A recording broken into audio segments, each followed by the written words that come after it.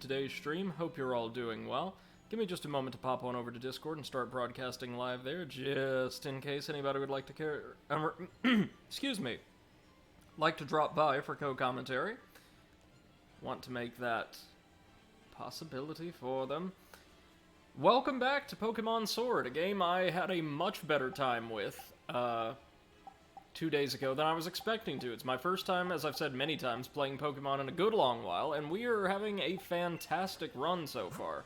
We're not far from the town where our first gym in this United Kingdom-themed region is based, and we've put together a motley crew of Pokemon, most of whom are malicious in some way or another. We have an angsty, little lizard that will drown the world neath its tears and or vomit.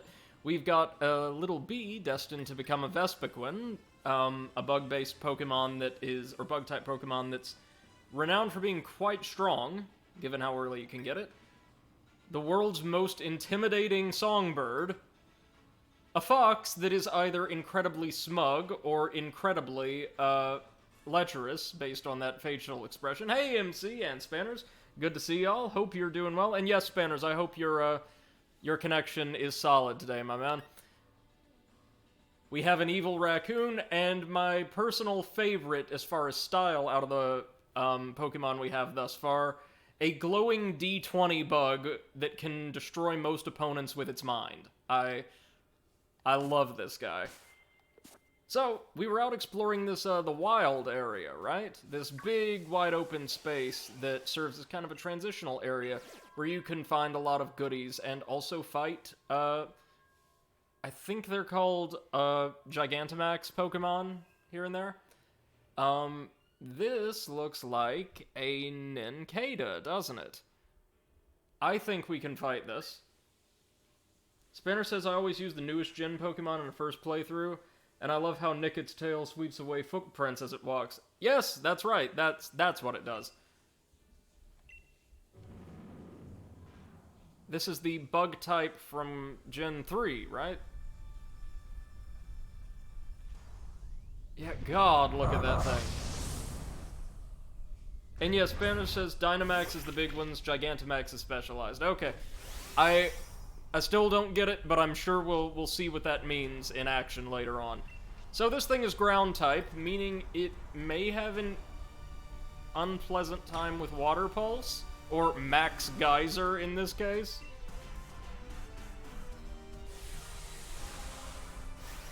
Let's use the power of our Disco Ball to juice up our lizard.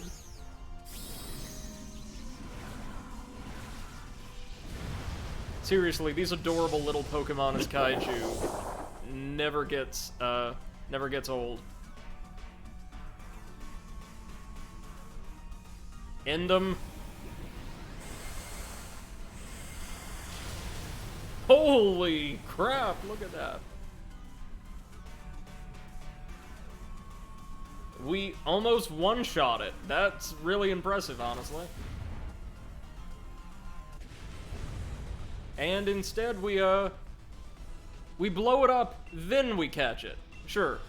Spanner says that lizard is already juicy enough. Yeah, I know. I think we may inadvertently be getting very close to being over-leveled for the first gym, but that is fine by me. We're here to explore this world, not necessarily challenge ourselves in excess. I'm cool with that. Now, I know Nincada is not great, but its evolutions have enjoyed consistently really favorable reputations in the community. Shedinja and Ninjask, I think? Yeah, look at that guy. And what... Oh, there we go. We got a TR, I think they're called. Leech Life. Spinner says, I really want a Diamond and Pearl remake, because a DP remake could give the Gen 4 starters G-Max forms, and I really want to call Torterras the Continental Kaiju. Well, see, I love the new style of presentation they've gone for in this gen, like replacing the traditional top-down or kind of isometric view with a behind-the-shoulder or over-the-shoulder camera and, I don't know, visuals and exploration that kind of remind me of a Dragon Quest or something like that. It's a really good style for Pokemon. The trainee Pokemon. Because it lived almost entirely underground, it's nearly blind. It uses its antennae instead. Okay, yeah. We're not going to take this because we've got a better bug, but it can go to the box for now.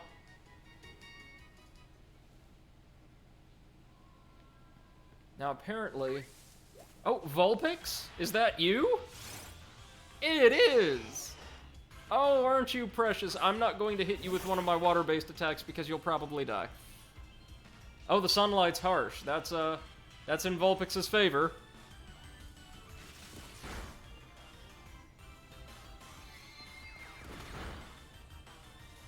But we've got, frankly, an absurdly powerful lizard. There's a lot of familiar faces here. But when the game was first released, weren't lots of people upset that, like, not every single Pokemon in the hundreds that have been created before were ported to this? I think they brought in quite a lot of old Pokemon myself.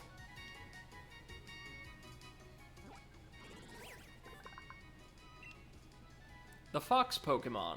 While young, it has 6 gorgeous tails. When it grows, several new tails are sprouted. I tell you guys what. I'm actually going to put Vulpix in the party for now, because I know our first gym is a grass-based gym. And it would be nice to have something with fire-type moves in our roster for that gym at the very least. So, who do we swap out? It's a shame because I like all of these guys. Probably the Zigzagoon, to be honest, just for the time being. Spanner says, I don't want to spoil what Dottler evolves into, but I have to say it's very accurate to the cocoon stage of the insect it's based on. I think in the, like, when I powered the Switch up, they had, like, Wild Area News with some screenshot of a couple Gigantamax or Dynamax beasts. And I think I might have seen its evolved form. I'm trying not to spoil myself, but today happened to be the day that Switch threw a ton of Pokemon content at me. And MC says, I always found regrettable you could not catch, like, the trainers challenging you. Oh, yeah. Tyrogue, a fighting type, and a pretty versatile one, too. Spinner says, I say swap a bug or nick it. You don't need 2 red foxes at once. It's all about the type for me. Oh, and it's already dead. Too weak. Too bad.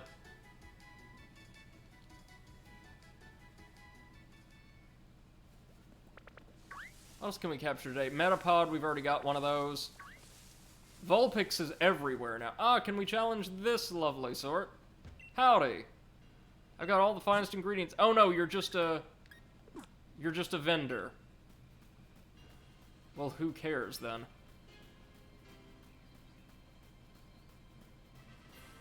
I love the little badges signifying our accomplishments in the bar over to the left. Small and rare mushroom, it's popular with collectors, great. I'll take him, whoops.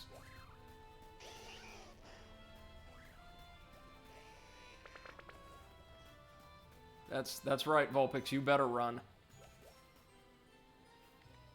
The Onyx was up here, wasn't it? And so it still is. We can't catch it yet, though, I've been told. Which is a shame. I really love me a good Onyx.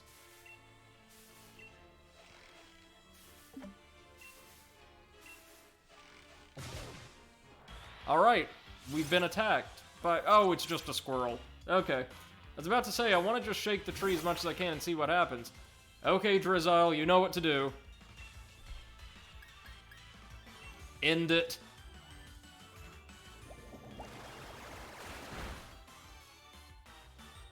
Oh, this is a durable one. My. It shan't survive a second attack, however.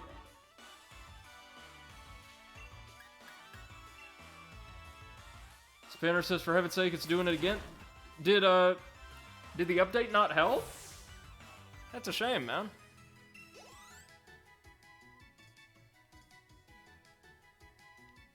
Alright, we're reaching the point where... Oh, they took the berries. Damn it. That's alright. We were able to get some of them.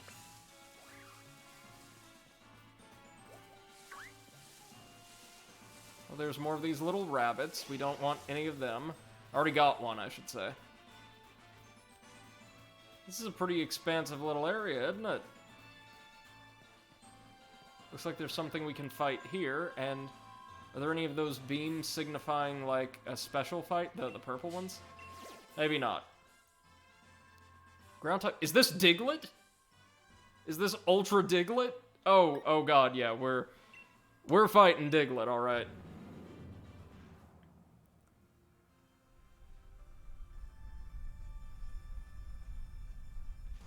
Behold!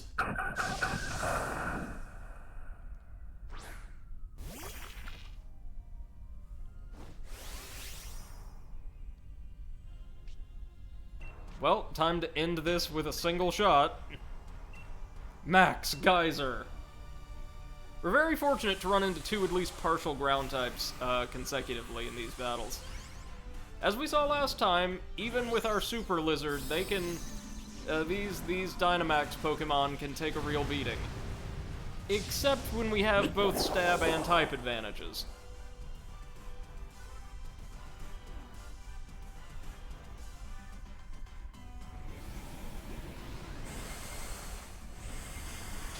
I assume there's one Dynamax move per type. And yeah, that... I'm fairly certain that did kill Diglett, or weaken it in one go. Yep! Alright, let's capture this sucker. And I'm not certain we get, like, a guaranteed capture in these battles, but I do like that it gives us the opportunity to catch, like, slightly higher level Pokemon. Can we skip past any of this if we want to? I'm just curious. Doesn't look like it, but that's alright.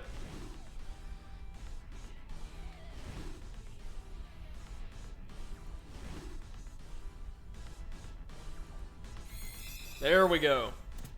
We got a couple of pretty decent ground types now. You know people love them some Diglett. MC says, you caught Grandma.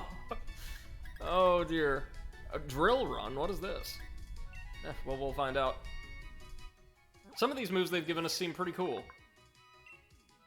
The Mole Pokemon. If Diglett digs through a field, it leaves the soil perfectly tilled and ideal for planting crops. Well, thank you, Diglett.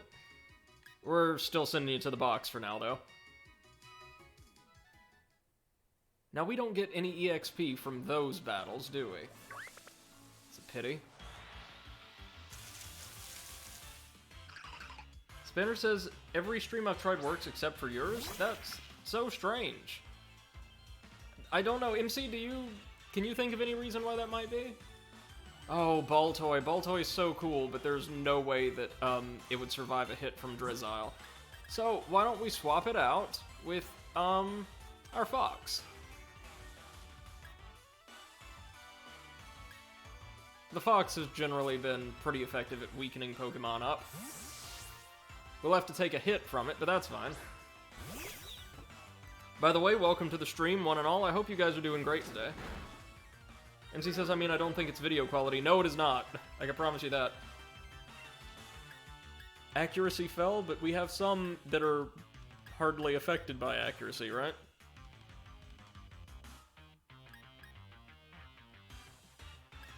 Huh. Let's see if Snarl can connect.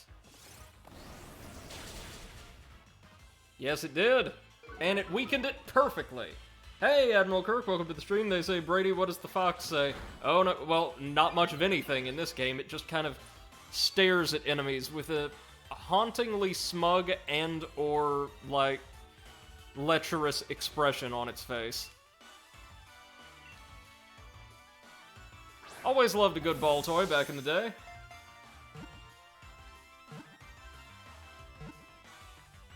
Spanner says if I set it to audio only, it works. That is so strange.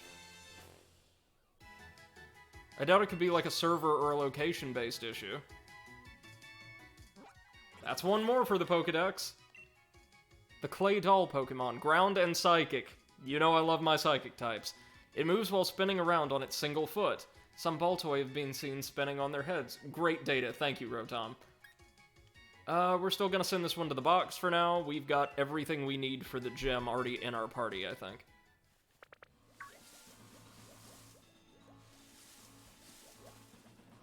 Here's another Tyrogue.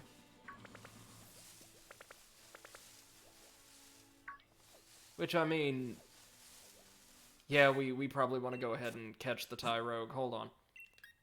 Why don't we swap it with the bird? The bird will be our leader for now. MC says, oh, offering some suggestions to spanners. That's great. Thank you, MC. Always appreciate your technical know-how, man. Here's something that hopefully won't kill this guy in a single hit.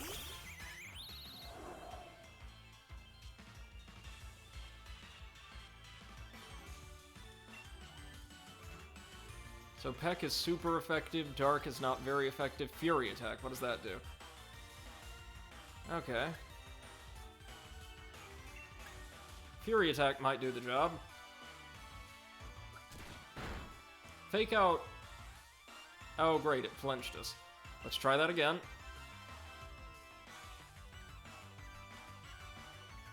Great. Come on, just really want to capture one of these so we can get a fighting type. Fake Out again. Yep. Oh, it failed.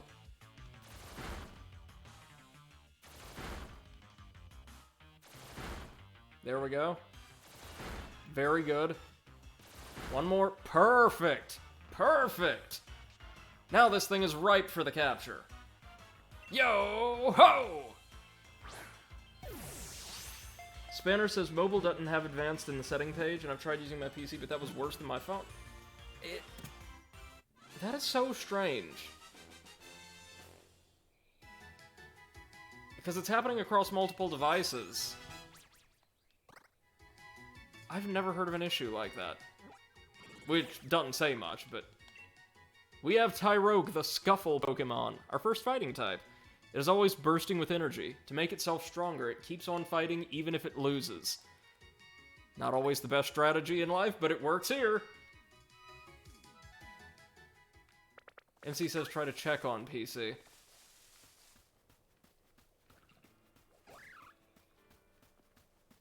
Always appreciate you, MC. You're like the tech support guru for our entire community. Oh, is that Roselia? Oh yes, we want one of those. We definitely want one of those. Here, Creepy Fox, you take the lead this time.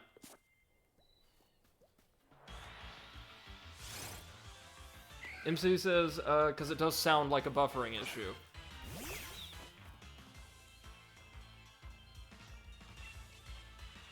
Wouldn't be unsurprising. Okay, we're just going to have this thing sick the entire team on her.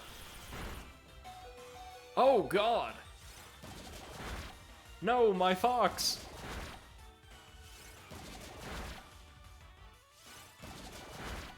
So that level disparity actually has a really big impact on how effectual she is. Or they are against her, I should say. Well, let me try something really quickly.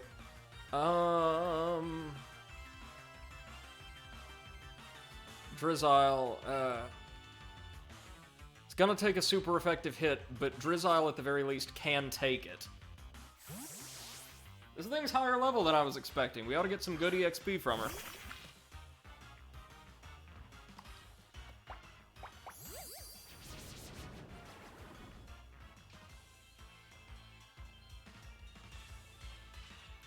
It temporarily, at least I hope temporarily, replaced my, my ability. That is no good. Oh, Mega Drain, damn it all. Damn it all! This is, to be fair, this is a very, very good Pokemon we're fighting. I kinda need it.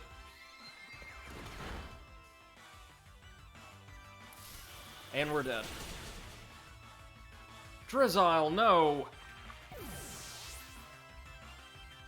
Oh god, and the point disparity is only going to make this worse. Wait, maybe Bug will help. Dottler, do your thing!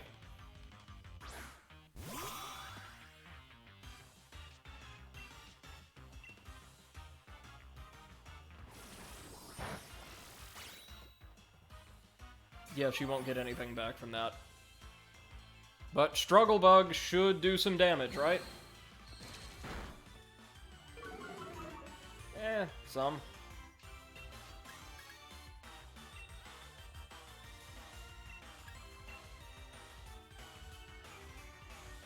Okay.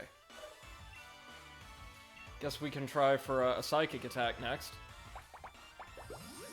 This is a tough Pokemon. Or rather, just one we don't have an easy hard counter for. There we go! Super effective crit. That's super helpful, actually. She didn't get enough health back for it to matter, thankfully.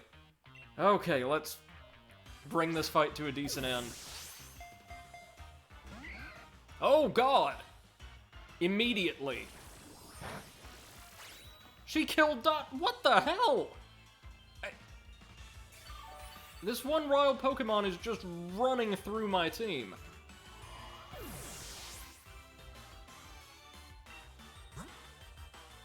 Okay. Can we not make use of... Is she too high level for us to catch?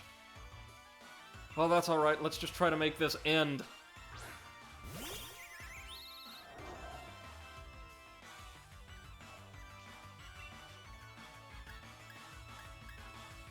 Okay.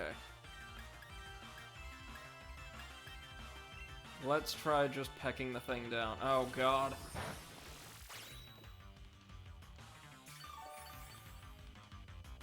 All of her attacks are based around draining health. There we go. Well, we're definitely gonna need to go heal our team after this.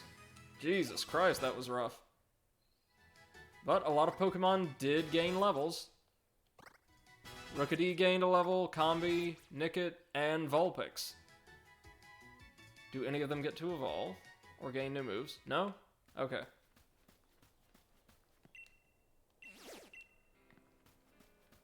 Now let's head on back and heal our troops up. I think the general rule, it held true for Onyx and those evolved rabbits anyway, is if it's not just running around in the tall grass, it's a considerably higher level and has a much, much better move pool. So we're going to shy away from that for the time being. Got some honey, good. And a Pokeball just laying around. Awesome, that's going to make up for some of the healing, or not healing, some of the capturing we had to do. Spanner says the buffer's just increasing. Huh.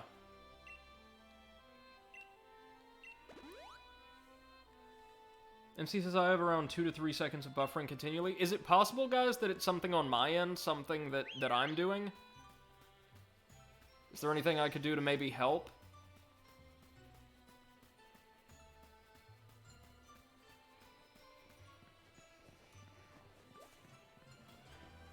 Is this thing what Rookidee evolves into? MC says 3 is fine. Okay. But I'm frozen. Okay.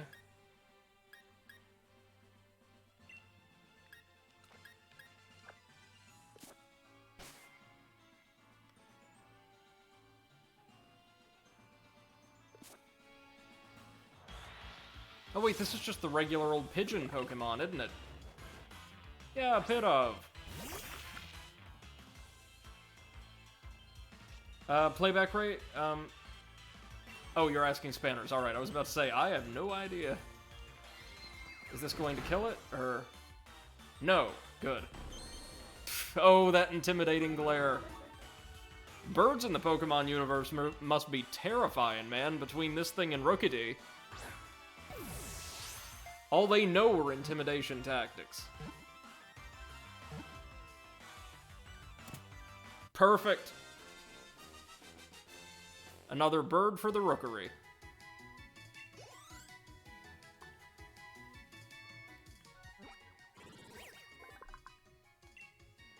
The tiny pigeon Pokemon. Where people go, these Pokemon follow. If you're scattering food for them, be careful. Several hundred of them can gather at once. NMC says even Spanner's stats seem normal.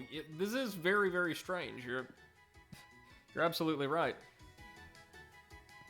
It's also good to know that Rookidee, I think, is going to be effective against the leader's grass types, in case we need them.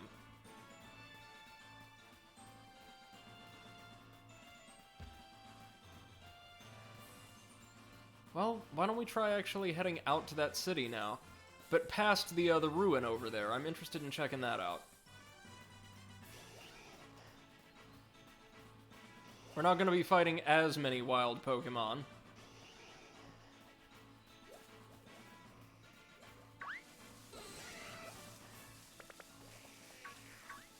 If something happens to throw down with us, that would be different matter. Oh, what are these? Oh, they're those little rock-type Pokemon introduced a couple... Yeah, Roggenrolas. A couple generations back. These guys are adorable. I definitely want one of these, if we can manage to catch one.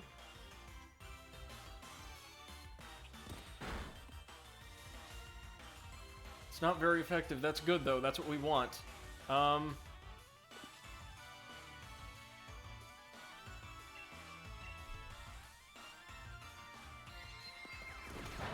That'll probably kill it, right? Yeah. Oh, because it's a crit, too. That's alright, we can get another one. Going to have to swap one of our other Mons in for the lead, though. Probably, looking at our levels, whom would be best for this? Combi, maybe?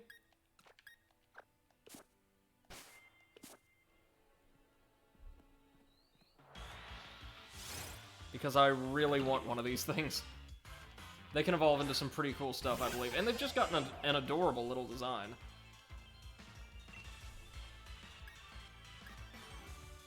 Okay. So, Combi, what can you do? Let's see, will Struggle Bug just kill it outright? No, not even near.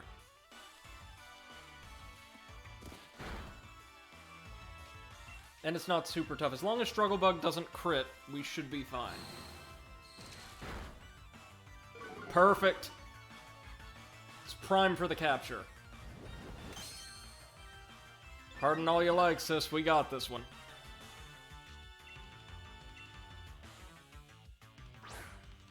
Now my main concern is going to be making enough money to keep buying Pokeballs. God, these little guys are everywhere out here. We're building up quite the menagerie, aren't we, crew?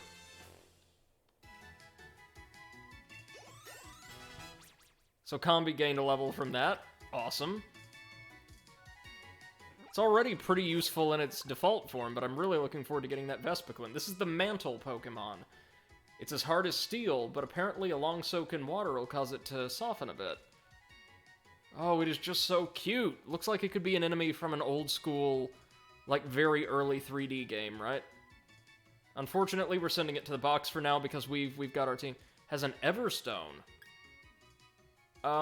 We'll send it to the box with it. Sure.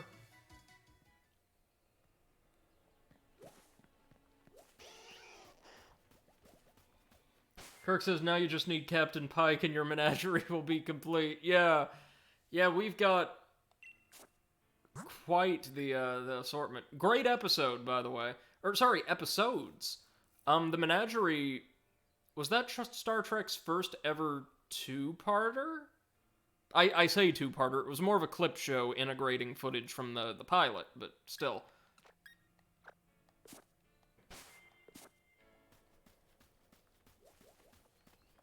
It's one of the horrible bears! Yes, I need the horrible bear.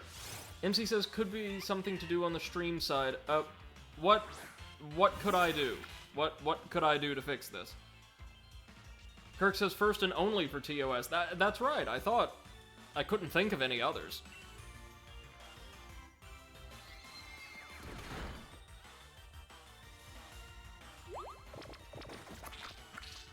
Kirk says, also one of the best clip shows I've ever seen. Oh, yeah. Star Trek generally did clip shows better than a lot of other franchises.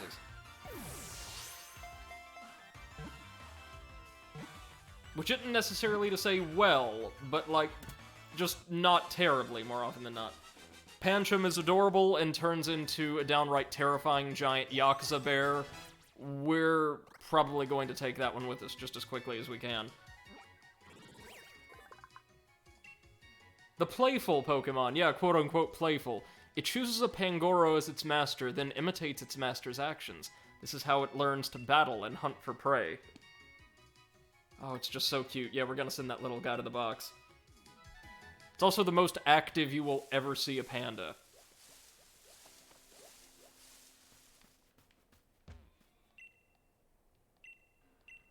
Yeah, let's see if we can't get some stuff out of this tree. Oh god, we got attacked almost immediately. By the squirrel, of course.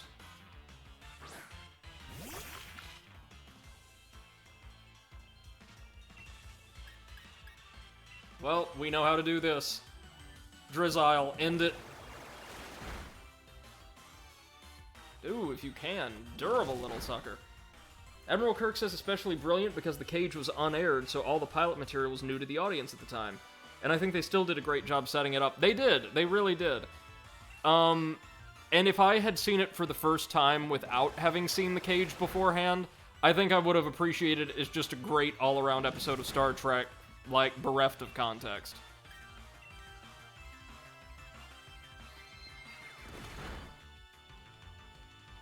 Just one durable squirrel.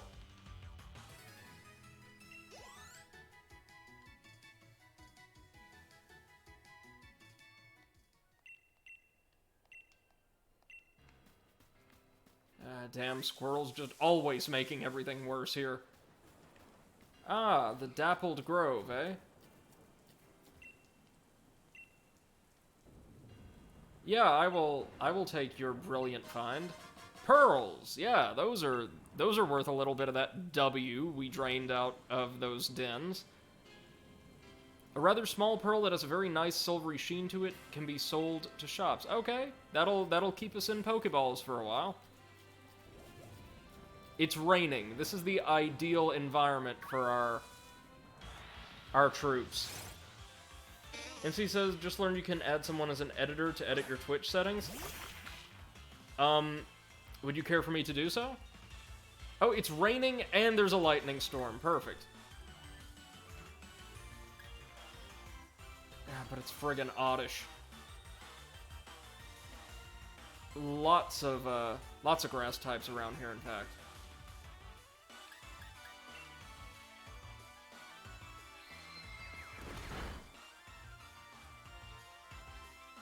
Oh, acid. Oh, damn. One more, and it ought to be sufficiently weak.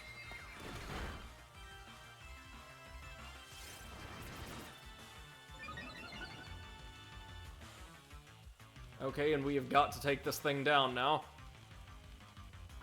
Not even a huge fan of the Oddish line, but I'll take it.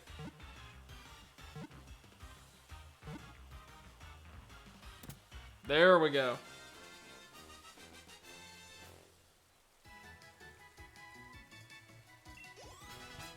And Vulpix took its 11th level. Perfect, perfect.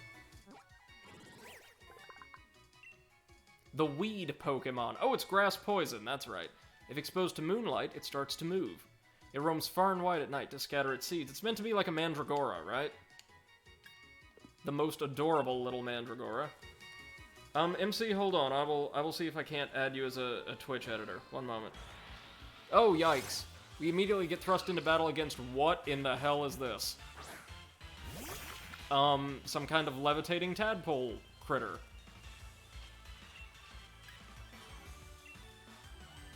Okay, hold on.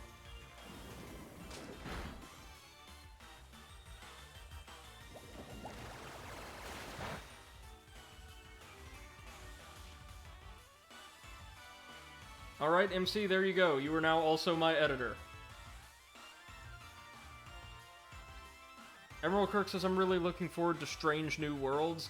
Disco Pike definitely lives up to Jeffrey Hunter's original. I don't know about this. Is there like a new another new Star Trek project in the works? And MC says, I could see a low latency mode on Twitch menu, but I don't see that as helping and can't find anything that can improve stuff. Yeah, it sounds like the issue that Spanners is having is very particular. I've never heard anything like it myself. That isn't just like a technology or a localized connection issue.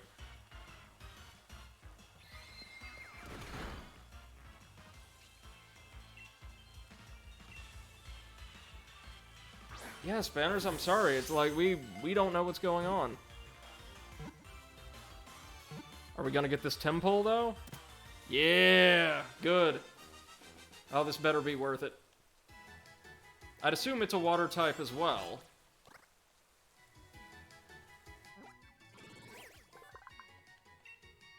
Yep, the tadpole Pokemon. Graceful ripples running across the water's surface are a sure time that Temple are singing in high-pitched voices below. Oh, that's good, but we've already got a great water type. We'll maybe play around with it off-stream some.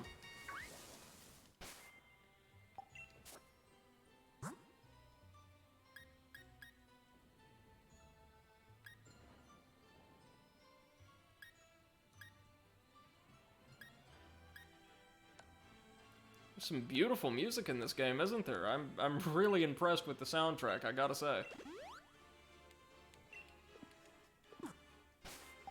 Ah, Spanners, if you're using your phone as a hotspot, that might be the issue. Kirk says Discovery Season 2 featured Captain Pike in the Enterprise, and fans responded positively to it, so they announced a new spin-off. Oh, nice, dude! And it's an episodic format! Shoot! I am so excited! That sounds amazing. I watched the first episode of Discovery with my dad the last time I went home because we're both big fans and absolutely adored it, but I need to get like the CBS All Access or whatever service it is you need to watch it over here. Okay, hold on. So we're fighting a grass type. It looks like a giant oddish, I think, in there. So we probably want to put Vulpix in the lead for this one. Dynamax Vulpix, that is. Or no, an Oddish or something else, maybe.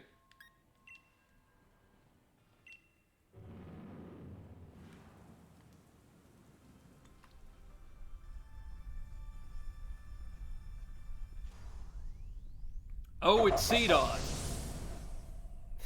It's a giant, towering Seedot. We can handle this thing, then. Alright, Dynamax time.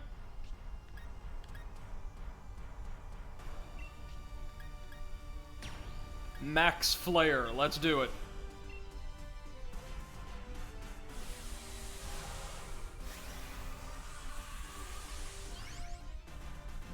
Is this our first time Dynamaxing something other than our starter?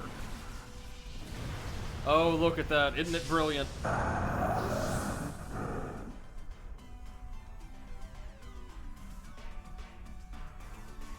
Emerald Kirk says, I hated Disco Season 1, and 3 was just okay. Season 2 was basically the Burnham Pike show, and it ruled. I really liked what I saw of Discovery, but that's just me. Keep in mind, I also like Enterprise, so... Oh my god! Well, it destroyed my Pokemon. God damn! So, something I'm learning, or remembering about Pokemon, is, like, level difference is really, really impactful on combat, regardless of type or any of that, really, really fast.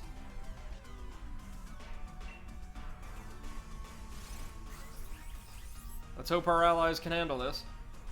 MC says, we should try having a lower bitrate for the next stream. Maybe, yeah, sure.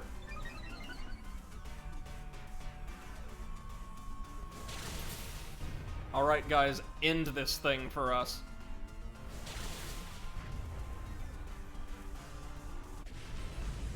Emerald Kirk says, I rewatched Enterprise Season 3 or 4 earlier this year and was very pleasantly surprised. It's better than its reputation. It really is. And MC says, because mobile internet is slower and the Twitch has higher bitrate. I gotcha. Good idea. Good suggestion. Thank you. My favorite thing about Enterprise is the ridiculously hammy theme song it got, courtesy of Diane Warren, Faith of the Heart. It is so bad and so good.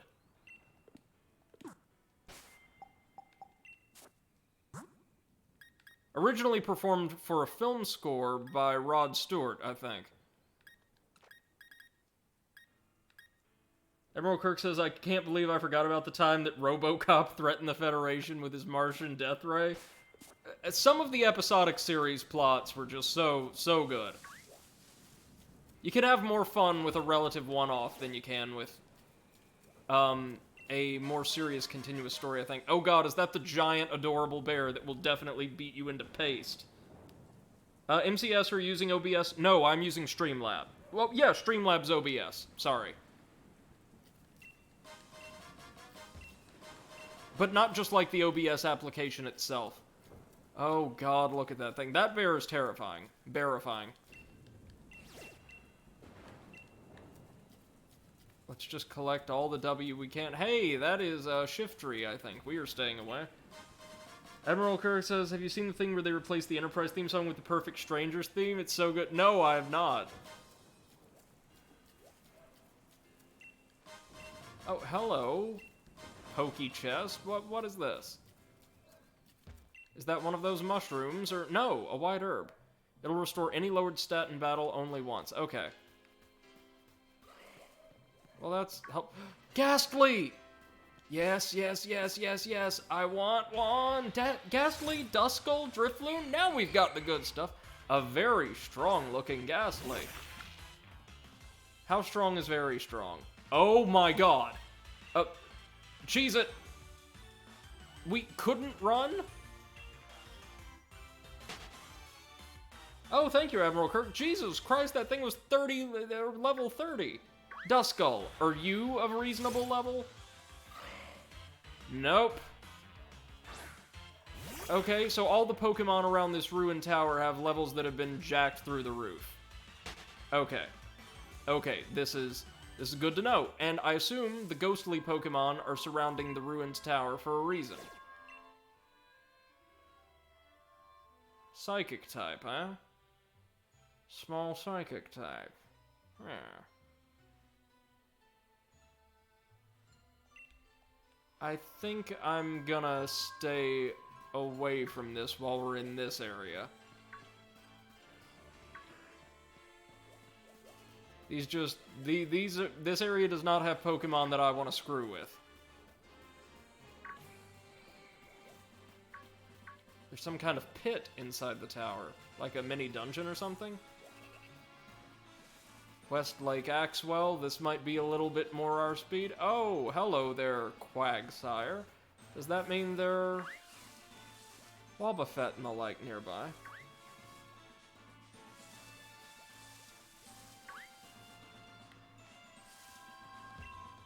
What's in here? Water type. It's one of those tadpole thingies, right? Well, while we don't have a grass type... I don't think... No, we don't. Hold on. An MC posted. Alright, thank you. Let me take a look here. How to use dynamic bitrate.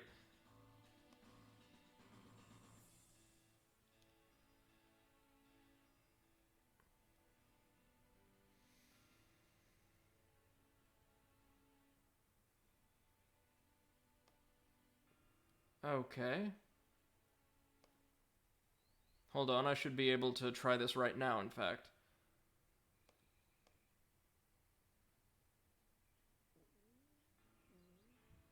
Stream delay, that's fine. Sorry, let's see if we can't get this sorted for spanners really quickly.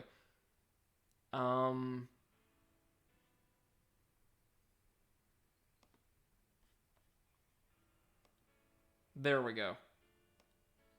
That should do it.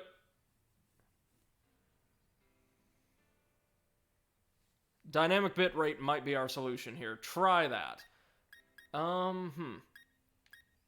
Whatever do we want to use this time? Well, we could always pull something out of the box, right? Do we have a reasonably tough grass type? Oh, we got Oddish. That's something. And yeah, very temporarily, I'm going to replace our, probably our Vulpix with Oddish. Now let's cross our fingers, hope and pray that Oddish will be tough enough for this.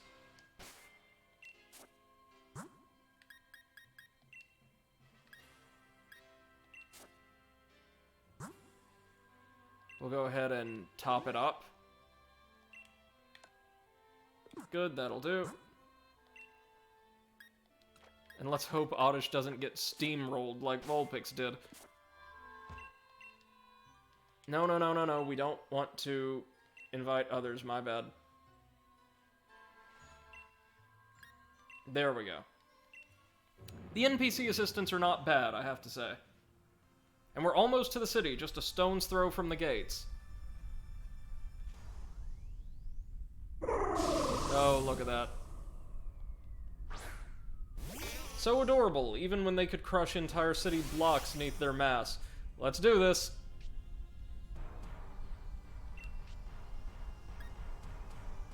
So this time we are going to max overgrowth it, and the default move is Mega Drain, so I'm hoping that Oddish will just steamroll this thing.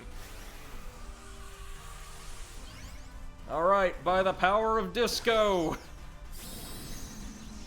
Seriously, that is so rad. And it's so happy to be able to seriously throw down.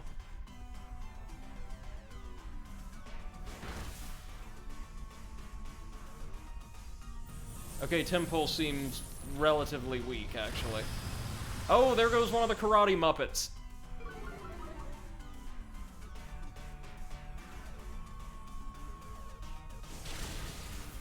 I forget which, however. Oh, it's paralyzed. That's good. We've got this one in the bag, then. Max overgrowth. Let's do it. By which I mean... let's use terraforming to bomb them into oblivion. Oh my god.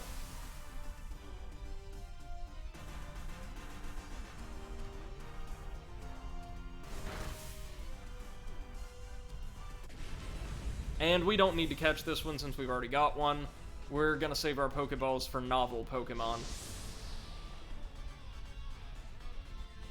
Hey, we got the waterfall move. That could be handy later on. In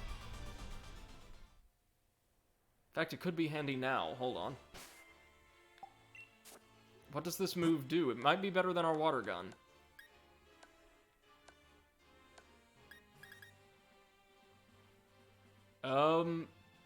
Yeah. Yeah, it's much better than our water gun, actually. Problem is, Drizzile cannot learn it for whatever reason. Damn it. Okay, now we want to put Vulpix back into the party. And put Drizzile back at the very lead. Or in the lead, I should say. So, boom. Boom. MC says still no good for Spanner, but slightly better. Alright, I'm sorry about that. That seems to be all I can do. MC says so we're digging in the right place. Yeah. At least we were able to do something. And the quality of the stream has not suffered considerably as a result, right?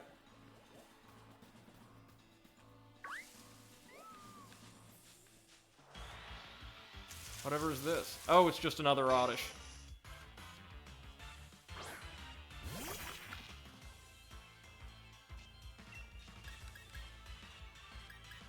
MC says it's still good. Okay, great, thank you.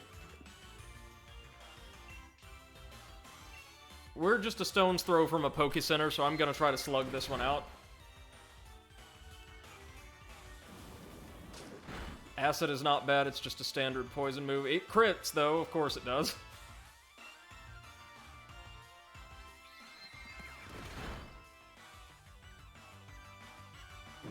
Sweet Scent is a status move, right? Or no, it just weakens the Pokemon. MC says, this is still a matter... This is really a matter of configuring Streamlabs properly, but I'll search blind on this. Alright, thank you very much. Nobody else has ever had any problems with this, though. So, whatever it is, it's not a significant issue, I don't think.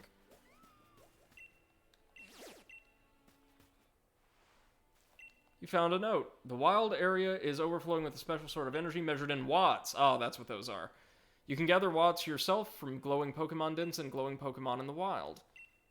Great, that's awesome. So it acts as a special currency used largely within the wild area. Gotcha.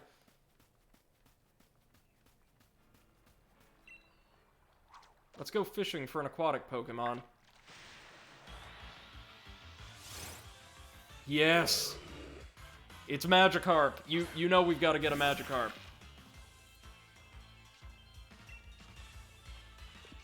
For its semantic appeal, if nothing else. So we're gonna swap out our Pokemon with one just a little weaker, so that, you know, we can actually whittle Magikarp down.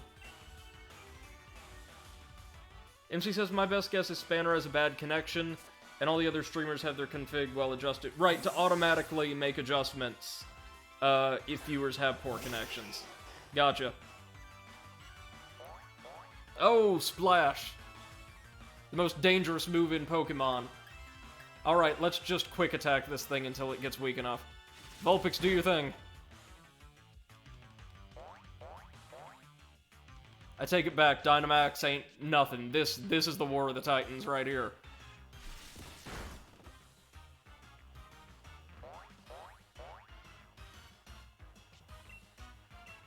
Just don't crit, just don't crit. We need this one. Perfect. Magikarp will be ours. Watch, this will be the one that'll break out of like 3 Pokeballs.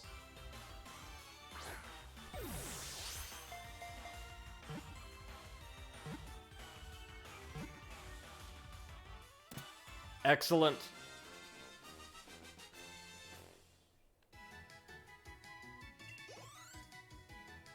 Little bit of experience for most of them. Vulpix got a fair amount, though. Magikarp, the fish Pokemon. It is virtually worthless in terms of both power and speed. It is the most weak and pathetic Pokemon in the world.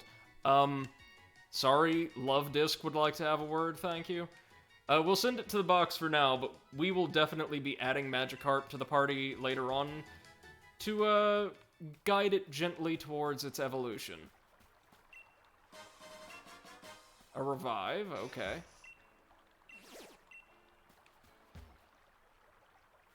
Let's fish up one more Pokemon before going into the city.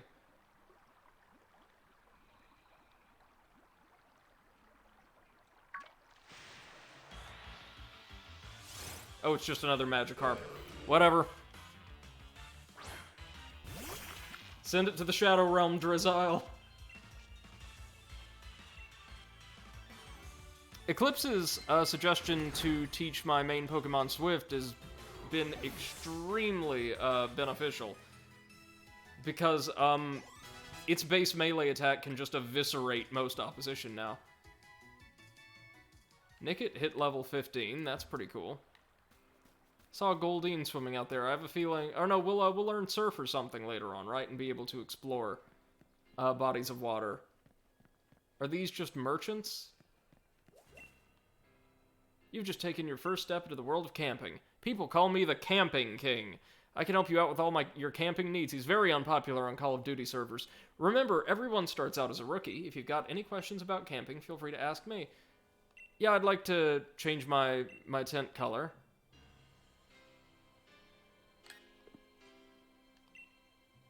Oh, okay, sure. Give me a blue Drizzile-themed tent.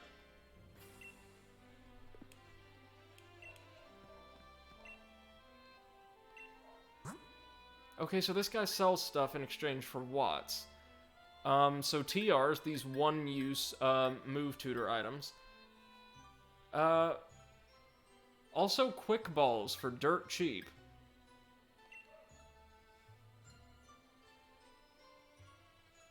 Yes, he says, if we want the tinfoil hat theory, Twitch throttles streamers for the public, and you are not popular enough. I mean, I would not be surprised if this stream does not exactly get prioritized by the system. Given that we tend to have, we're a niche community playing more often than not relatively niche games. Oh, what is that? What is that? Oh, it's so precious. Are you what turns into the terrible bear? Admiral Kirk says, welcome to the Pokemon League Championship, sponsored by Camping World. Yeah, and Bass Pro Shops. No, Magikarp Pro Shops. Okay, can we attack the Stuffle without killing it?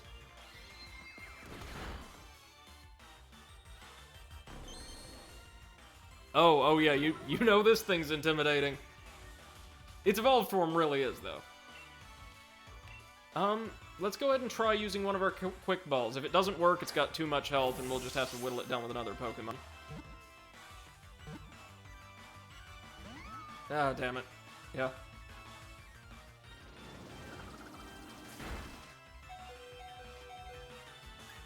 Okay. What can whittle you down safely? Ah, yes. Oh no, it's a fairy type. Never mind.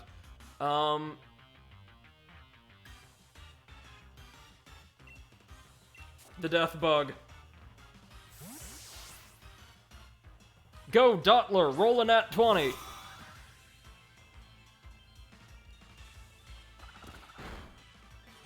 Your physical attacks are nothing against this carapace. Behold!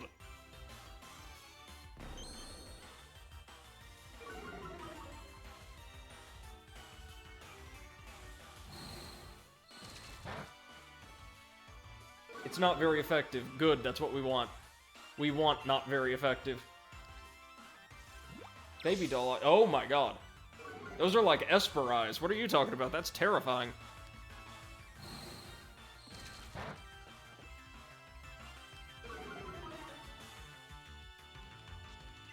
Okay.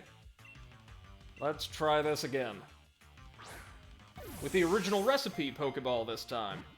1, 2, 3, perfect! Great, we now have our own stuffed abomination. Love it, love it, love it.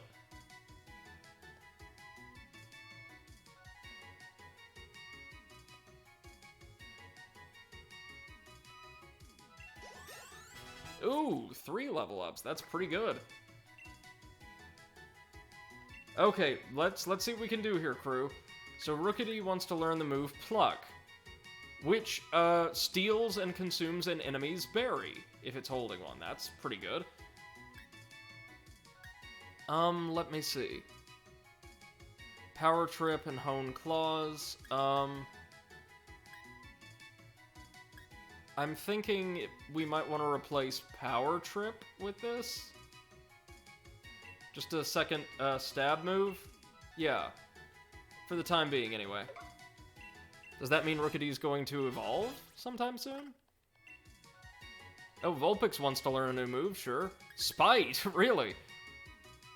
Oh, that's not great, compared to everything else it does. Oh yeah, this move is kind of trash.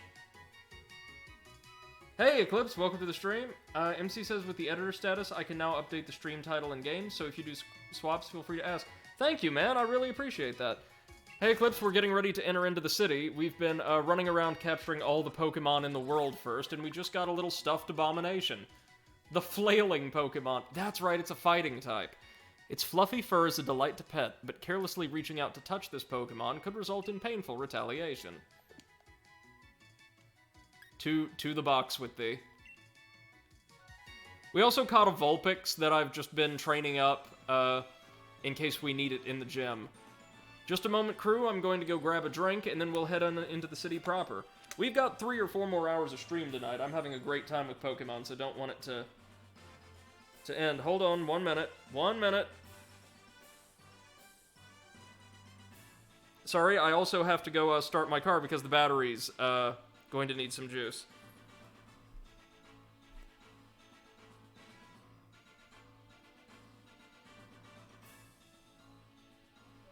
So give me a minute and I'll be right back with you. Sorry about that, but stuff just keeps getting dumped on old Brady's plate at the very last minute.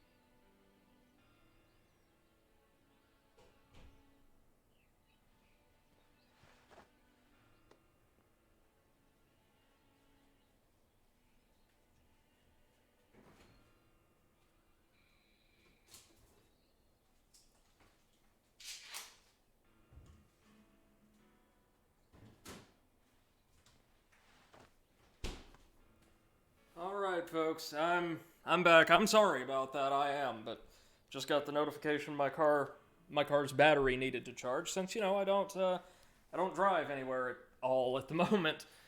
So just letting it run. I'll probably get up after the gym battle or in some time to go turn it off. So we'll have a second break. But I'm gonna be with you guys for most of the evening at this point. We've got at least 2.5 more hours, at least. We've reached our first city, and I think... Oh, it's got a loading screen. Shoot. It's gonna be pretty big then, eh? I think we are in a very healthy level range. Now, Eclipse, I did make the terrible mistake of going around around the left side of the lake because I wanted to investigate the tower.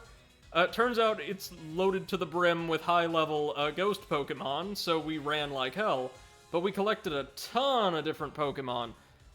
Oh, actually, Eclipse, let me know at any point, man, if you would like to join us on voice commentary for these streams. I'd be more than happy to grant you the permissions in Discord.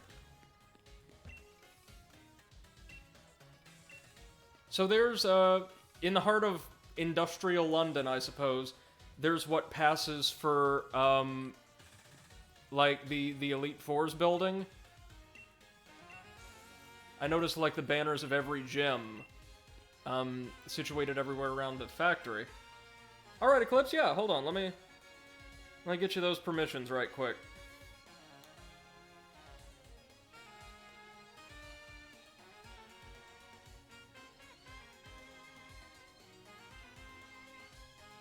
Oh god, this theme is great. Alright, there you go, you should be good to join us.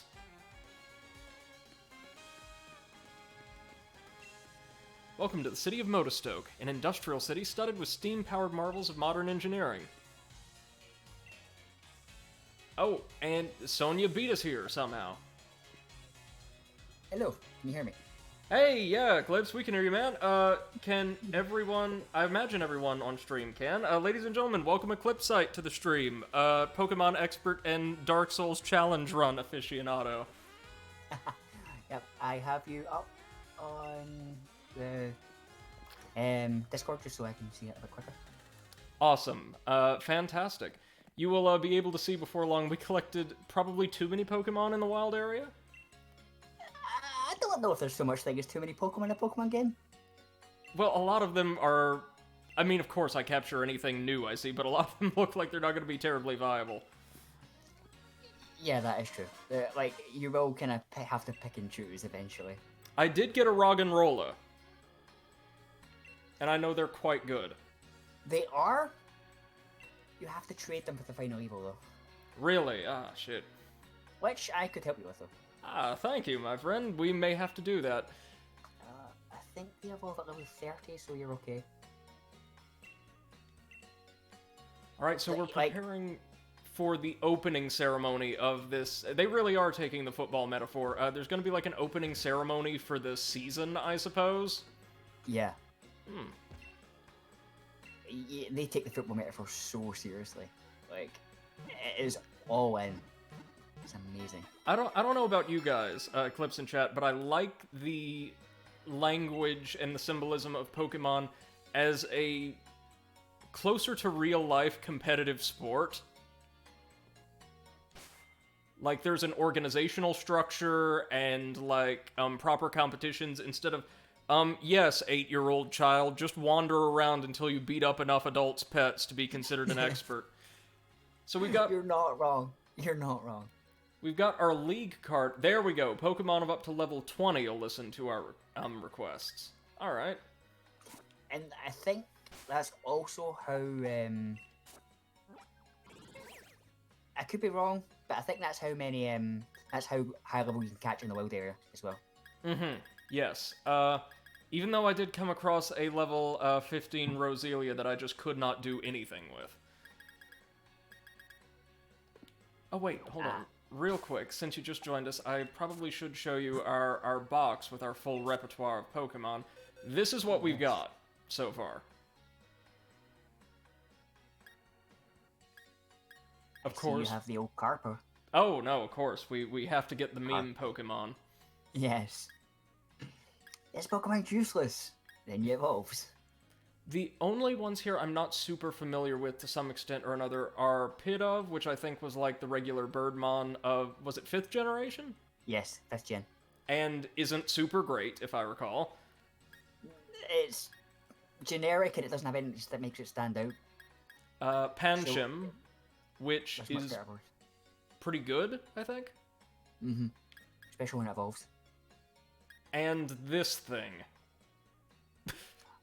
That's a Gen 5 Pokemon. It evolves twice. Okay. And it's not bad as a bulky mon. Yeah, no. I noticed it seems pretty durable, but I would imagine our emo lizard is a better pick for the moment. Yeah. Yeah. So would you say this is a pretty solid team for this point in the game, right? We're slightly leaning towards bug types for whatever reason, but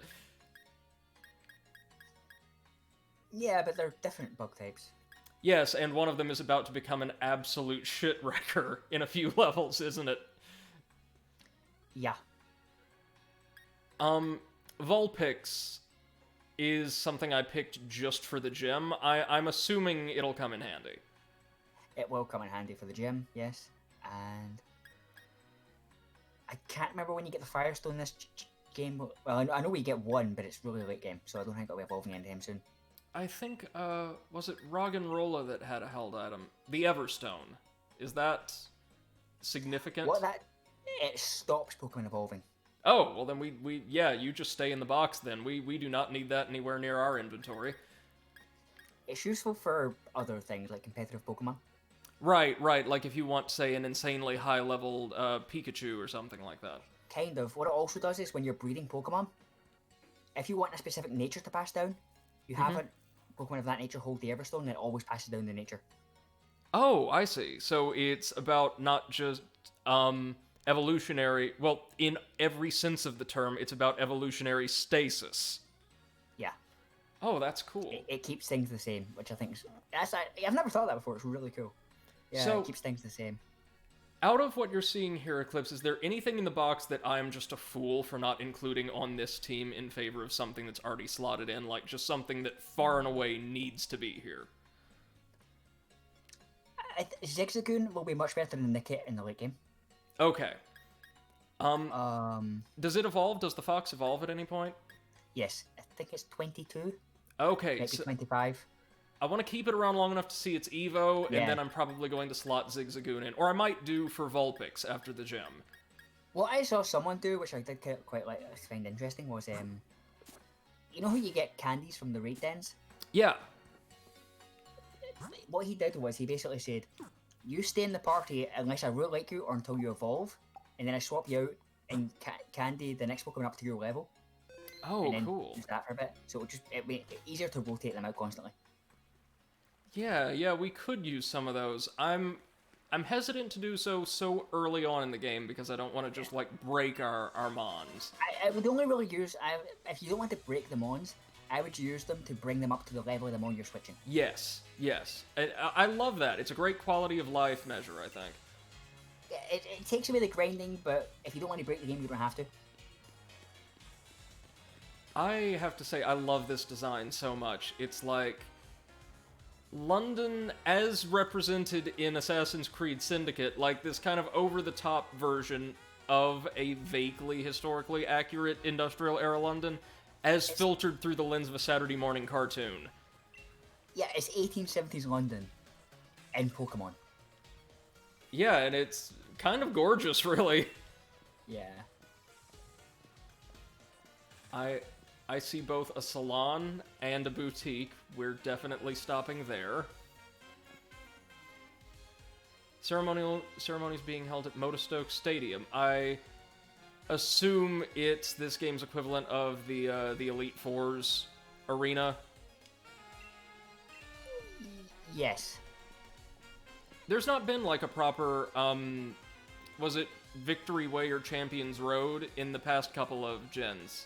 Is that right? Victory Road. Victory Road, that's it. There was one in Gen 6, and then I don't think there was one in Gen 7. There weren't any proper gyms in Gen 7, were there? No. Well, no, there kind of was an effective mode in Gen 7, but there was no gyms. It was trials. That's Which really works cool. similarly, except you were fighting one Mega Pokemon Could you instead of like, capture them, or? no, you couldn't capture the Mega Pokemon. You could capture Pokemon like them, but the Mega Pokemon were basically boosted. Okay. So they had certain, not necessarily moves, but like abilities or effects, arena effects, things like that didn't occur anywhere else in the game. What they had, what was called a aura, and Mhm. the aura boosted a random stat at the start of the game, at the start of the fight, Oh, I see. So kind of like or multiple stats. a much more fair version of creating unique situational Pokemon than what, say, Pokemon Reborn did with its Pulse creatures. Basically. If I recall, all the Pulse Pokemon are just giant living walls. Yeah, it's like, it makes it harder, but because you get so much advantage in how many Pokemon you can bring 6 and you only get 1 or 2, Yeah. depending. Then you all of them are easily manageable. And so there's nothing equivalent to gym leaders in that game. Well, I assume like there's people who oversee the trials, but not anyone you would have to, say, face directly. Yeah? Yes, actually, there's a few. There's 4 Kahunas, and once you beat the trials of the island, you fight the Kahuna as a normal gym battle. Oh, okay. Well, that's a pretty nice, I guess, balancing act. Yeah, between new and old material. Oh, why is all the clothing gotta be so relatively expensive? Yeah. Like, it's a late game where you can really like just blow your change on clothing. I am getting some like plaid black and white socks though, because there's no way I could be convinced to do otherwise. Normally, I'm We're not a not huge convincing him, chat, ever. I'm not a huge fan of plaid, but like in a monotone, it looks very, very nice, I will say. The grey and black looks okay, but anything else just looks a bit. Little bit tacky. It looks like you're carrying a picnic basket on your bag. Yeah, but that's, I'm certain, to keep any of the Pokemon we can't actually capture. We could, like in a Pokeball, we could just throw the bag over them and make off. Yeah.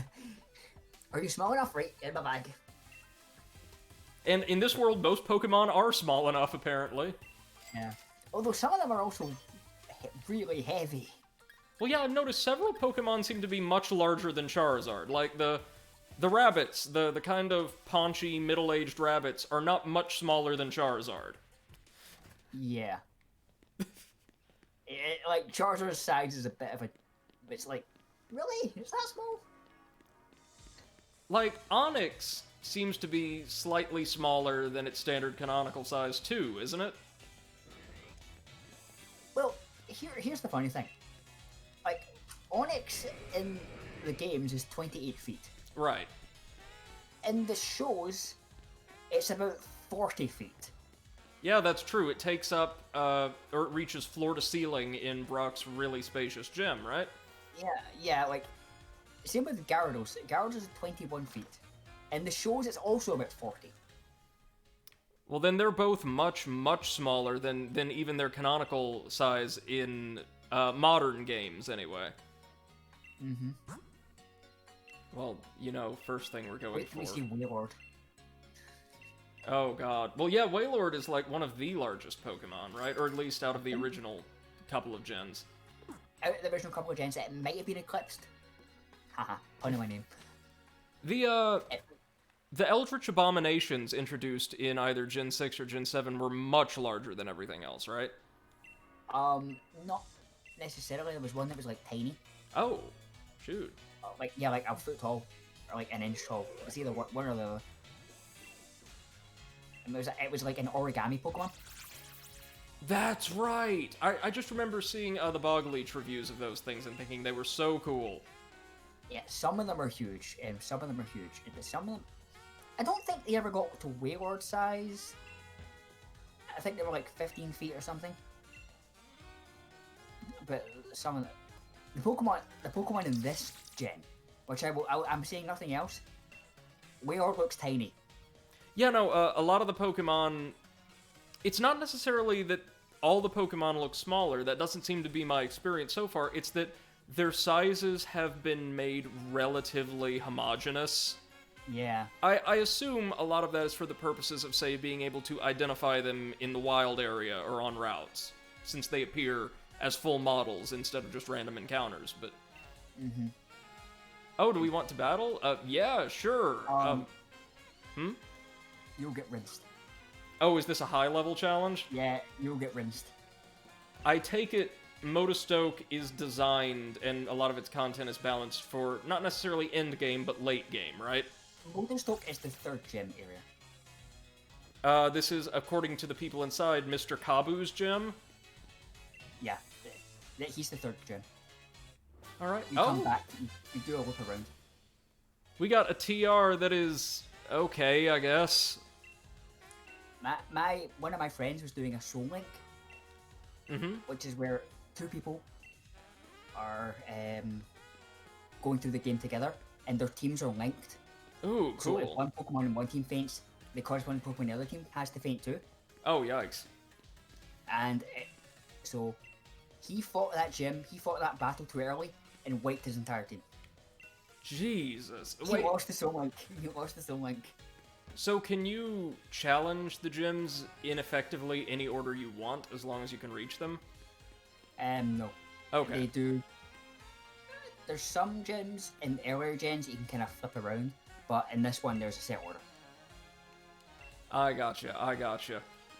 I'm curious as to what type this gym's going to be. If it's linked to the city, I can only imagine it's one of 2 things.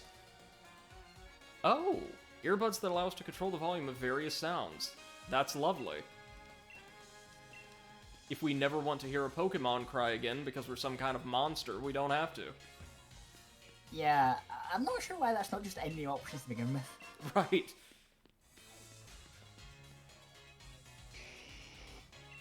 We did get one interesting TR from one of the dens we plundered. Oh, hello, Charizard and Charizard's boyfriend. Yes. He gets lost on his way to a spot you could see from anywhere in the city. That's our ultimate challenge. Oh wait, he's giving us something new. No, the ultimate challenge is the dragon. Of course. Charizard's also his manager. Yeah. Oh. This looks very good. Very promising. Yeah, the Mystic Water. I take it it's going to make our stabs even punchier. Mm-hmm. And... I think... Go ahead. That what he gives you depends on what Pokemon you started with. I would assume so, yeah. Could be wrong, because I started with Double 2, but I think that's what happens. If only our Drizzile could learn this, huh? Yeah. Oh, Waterfall, yeah. That was a lucky draw. We also got a couple other kind of interesting moves from Dens earlier today. They all seem a bit beyond... That'd be an amazing alternate universe. Oh, MC says in this world, Pokemons have created a gigantic human theme park. Oh, that would be great. Like, Pikachu's running around in giant, like, human plush suits for special events. I would love it. Oh. It's very, oh god. Oh my god, what the hell is this? That is Ball Guy. Those eyes. You took the time to talk to a Pokeball, so you deserve a little reward. I'll friggin' say. Oh, you were terrifying. Yep. Ball Guy is interesting. Okay, so let's see what we've got here. I'm looking at a water gym, a fighting gym, a rock gym. That one, not entirely sure. Grass, fairy, dragon, dark, maybe? And this one, what on earth is this? Is this bug? Fire? Fire, of course. looking at the backdrop. Hey, Exit, welcome to the stream. Hope you're doing well, man. Yeah, that's fire. This is my first time playing a Pokemon game in like 12 years, so I'm totally lost. So it looks like we've got some of the more traditional types dominating the gyms, as is kind of the norm, right? Yes and no. Depending on what game you play, your gyms switch. Really? Yes. In Shield, the rock gym is an ice gym. Oh, I shoot. think there's one more change. Is there like a dark or ghost gym instead? I think there's a ghost gym instead of the fighting gym. Oh, shit. That's... I think that's what it is. I would have killed for that, because there's only been 1 or 2 ghost gyms in the series, right? I think the first one was Gen 4. It's Gen 2. Oh, Morty. that's right. And have there been any dark gyms at all? Nope. Huh. Exit says, yeah, I was gonna head for bed, but I saw your stream up, so I decided to pop by. Well, thank you, man. We are just, attempting slowly but surely to use our angsty teenage lizard to drown the world in its tears. I love how we just rolled with it. I love how you just rolled with that. Well, that is clearly the concept behind this stage of the Yes. evolutionary change, right? Yeah, definitely. Oh, shoot, this is the fire gym? Oh, well. Like I said, this is the third gym. This is just... I don't know why, but they just made the opening ceremony the third gym. Well, it makes a bit more. It makes more sense when you get a bit more context. Well, I mean, like, if we're talking early technology, it kind of makes sense that a lot of things would be steam-powered.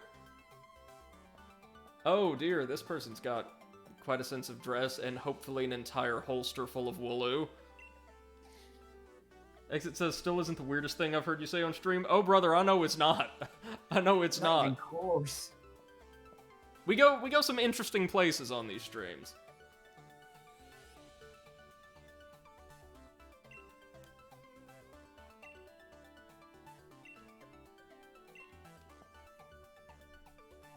Hello, Hop. I cannot wait to drown your rabbit again.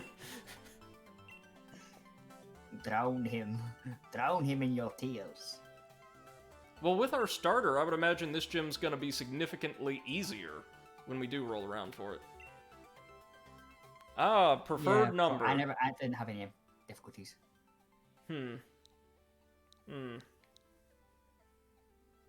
Let's see. I'll just go for 7. You know, I'm not picking. Valid. Yes. I went for 487. Is that the full number of Pokemon in this dex, or? No, it's the Pokedex number of Giratina. Ah, I see. Oh, we get another band. Great. We are just getting properly kitted out now.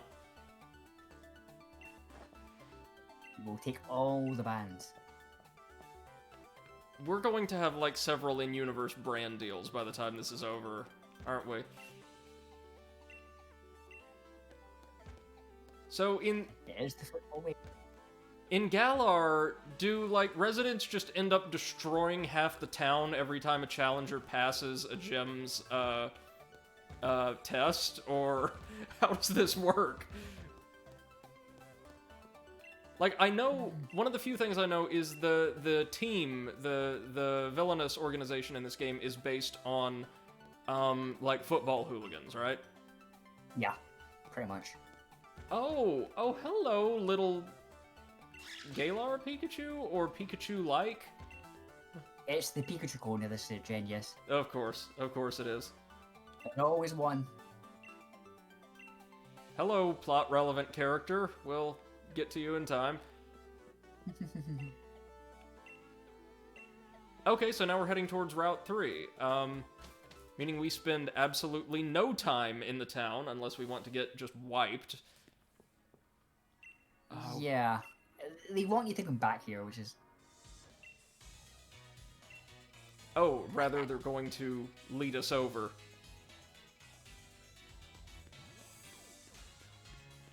It makes the world feel a bit less like a conga line. Yeah, if there's like some kind of hub. Yeah, Oh. or if like not everything is like not everything follows the same rules the gyms do.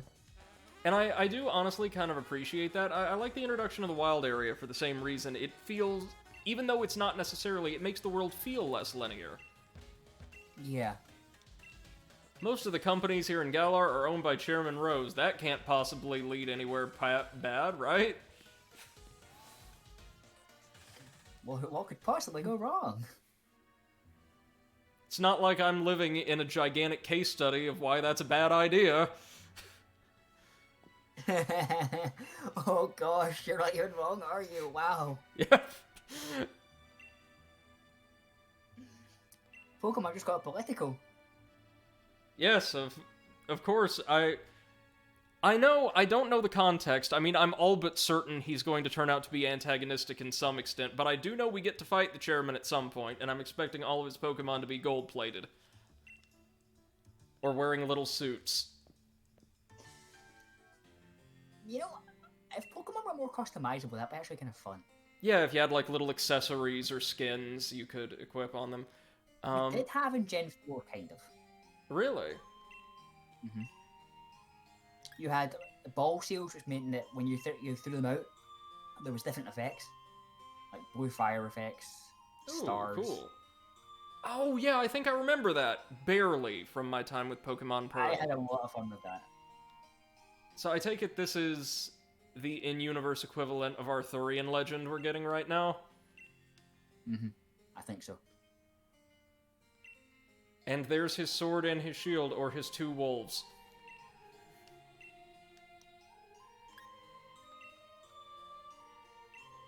I'm not 100% sure it's Arthurian, but I think there might be something else mixed in too. Probably with some cultural influences from Japan, I would imagine, or like at least as far as like the style and composition of the legend. Oh hey, here's our team. Team Yell is here to help.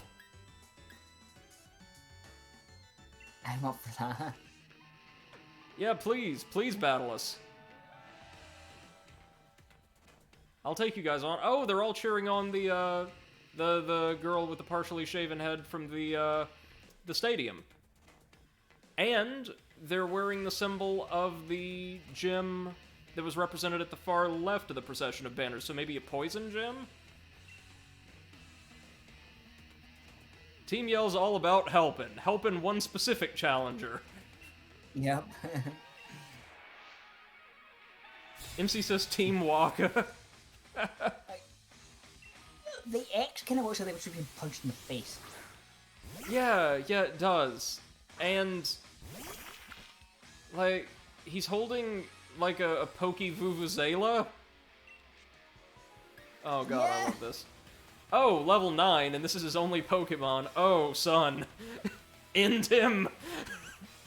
My friend, you have stepped into the wrong area.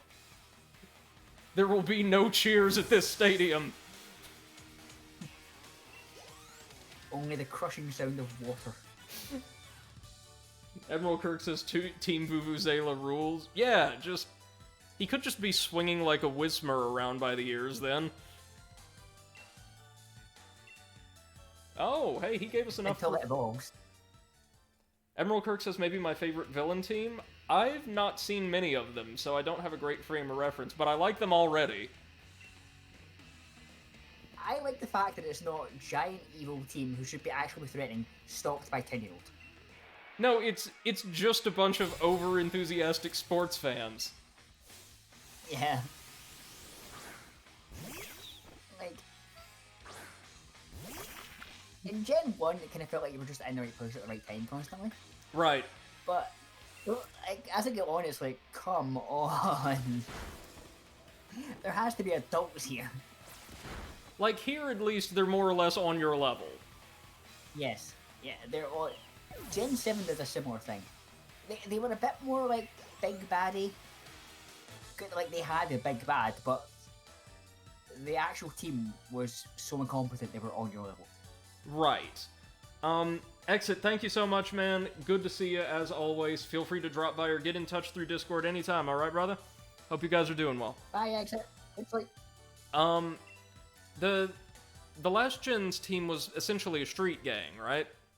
Yes.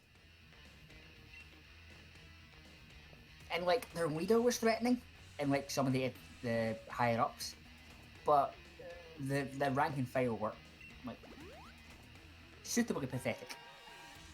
Speaking of suitably pathetic, it looks like Hop's gonna be joining us for the next battle. Ooh. What? I mean, like, compared to... Like, Charizard, sit down, Brady's spitting fire. Well, I mean, compared to the rivals I remember from the games like we had growing up, Yeah. this kid's teams are awful. I know, like, they've moved away from, like, rivals to, like, friends, and it's, like, friendly rivals, but it's like, no, sometimes I just want to hate my rival. Well, no, not that. I enjoy the concept of a friendly rival in these games. Exit, that is Eclipsite, a streamer who specializes in Dark Souls challenge runs, knows a great deal about Pokemon, and has been trying out a variety of different games on broadcast recently. Yep. Oh. Yeah. Go ahead. Friendly rival can be done right, but they've not done it right, is the thing. I like the friendly rival, so to speak, from Sapphire and Ruby. Yeah. Okay. They didn't have a lot to do, but yeah, they were pretty. What I want to do is have Drizzile just rapid fire Water Pulse, Nickit, Zigzagoon, and Wooloo. Like, just one after the other after the other. But, we'll be sport. Unfortunately, unfortunately, this is a RPG with a turn-based system. Right. I am so tempted to just do this and win it by myself. But no, we'll be good. Oh dear. Brady, in a D&D session, just rolls like 20 dice. There's all my attacks. Go! Oh, it actually survived. That's good. Izzy says, I will try to drag you on Sakamoto Death Saga when it gets on Anime Thursday. You need friendly rivalry after all. Fair enough. I may drop by if I have time. Always. So, now Eclipse, you mentioned in chat the other day, Wooloo can actually be used early on as like a game breaker somehow? I don't think I mentioned that. Or no, you said like, or no, maybe Spanners. Spanners said somebody like power leveled a Wooloo. But the question is, would it be effective even then? Well, once Wooloo evolves, it's quite effective. Power leveled a Wooloo. Apparently some streamer did that and it just like ruined their stream series in the eyes of the audience. Well, if you power level anything, like really hard, you will wreck the early game. As we're kind of discovering. Yeah, like, solo running is a bit different from power leveling, although it's the same basis. But you will start to run into challenges, like,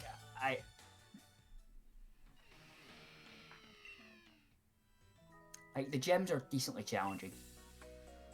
I've heard that. Yeah, I've heard the gyms for this gen are actually really well designed. Maybe later, once you've got, like, a full team, they get a bit lackadaisical, but maybe that's just because I know Pokemon too well, you know? Like, you can't go around expecting too much challenge from Pokemon when it has to be accessible to everyone. No, that's true. And what happens if you do expect that is mediocre fan games like Reborn or Uranium. Yeah. It's just like shoving the wrong type of challenge at you. Right. Like designing Pokemon battles like more conventional logic puzzles instead of open-ended challenges that can be resolved through a plethora of different approaches. Mm-hmm. Like, there is one way to solve it, and if there's one way... Does anyone else get turned off when there's only one way to solve something? Yeah, unless I know specifically that's what I'm in for from an experience. Like, for instance, the Professor Layton games, which are brilliant little puzzler anthologies. Usually, there's only one answer to each of the challenges posed by those games, but that's what they're designed for. Yeah, like, if it's a small puzzle, that's fine, but if it's just... Every entire encounter, game has yeah. has to go the one way that you want me to. Well, interestingly enough, Marnie, the challenger they're supporting, seems very nice as well. Mm-hmm. So it's just like a roving band of asshole fans we have to worry about. Yep. The word we can't say on Twitch. Right. That's right. That's right. That's a word that has been banned. We cannot say it, but it is so true. No, I like these Wow. guys. I like these guys a lot. Pokemon Sword predicted a lot of stuff, didn't they? Yes, they did. Do you know if there were any plans to like release an updated or enhanced version in the vein of like a Ultimate Sun and Moon or anything like that for this gen, or do you think the DLC has kind of covered that ground? Good question. Sword was 2018, right? I think we would have had it announced by now. Yeah, usually it's like what 1 to 2 years after they release it, or 1 to 2 years. I would. Ultra Sun and Moon came out way too soon. yeah, almost. I do remember seeing it announced roughly around the time I remember the original being released. Yeah, it wasn't quite that, but they came out way too soon in the show. I like it when it's like a 2-year gap. There's usually, what, roughly 4 years between generations? 4 to 5 years? Yeah, I think so. Well, that means we might get another game in this vein before too long. I think we definitely will. I think the next one is Gen 4 Remix. Like, everyone's hoping for Gen 4 Remix. And usually right on the heels of the remake, like the next year or something, we'll get new games, right? Mm-hmm. The remake... Well, interesting you say that. Because what it used to be was, I think, it used to be... game, like for Gen 3 especially, it was game, Yep. then remake, then enhanced game. Like Emerald. And then, a new generation, yes? Yeah, but they've kind of stopped doing the enhanced game. Which, you know, with the addition of DLC, like comprehensive DLC, I'm okay with that. Yeah, I don't think we need it anymore. I would have liked it for Pokemon Sun and Moon instead of Ultra Sun. Mm-hmm. But it wasn't too bad. So, No, go for it. apparently Please, this little sheep-headed person and most of the challengers here received their recommendations or their endorsements directly from Chairman Rose, and we're the only two who didn't. Is that correct? You're the only two from the champion, I think. Or can the gym others leaders recommend people I think as well? it's a bit more varied than that. I think Sheep Hair Guy is specifically Chairman Rose. I think the other people are just random, like they got the recommendation for somewhere else. Okay. Well, I would assume since, like, Team Yell is wearing one of the gym's emblems, Marnie's father or mother, some family member, recommended her. Probably, yeah. So this is just straight up a football uniform we've got at this point. Yep. I have mixed feelings on it. I like it. I don't like the fact that it seems to be mandatory for some occasions. Mm-hmm. And the other thing is, you can't customize it. Ah. That's what I don't like about it. Okay, Pokemon Set Bladder, what you got for us?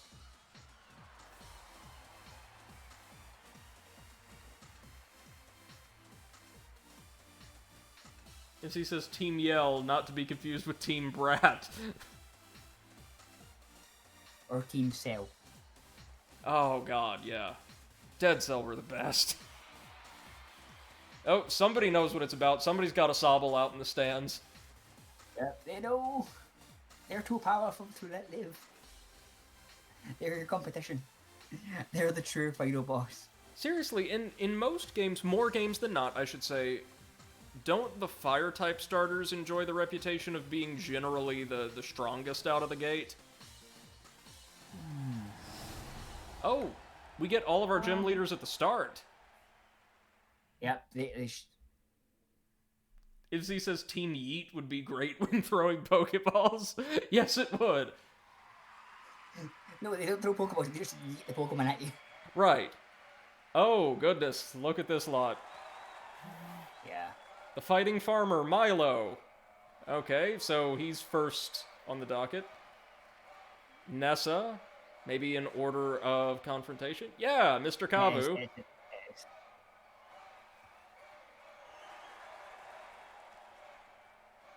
Alright. B, the fighting type gym leader. Oh, Miss Opal, the fairy type.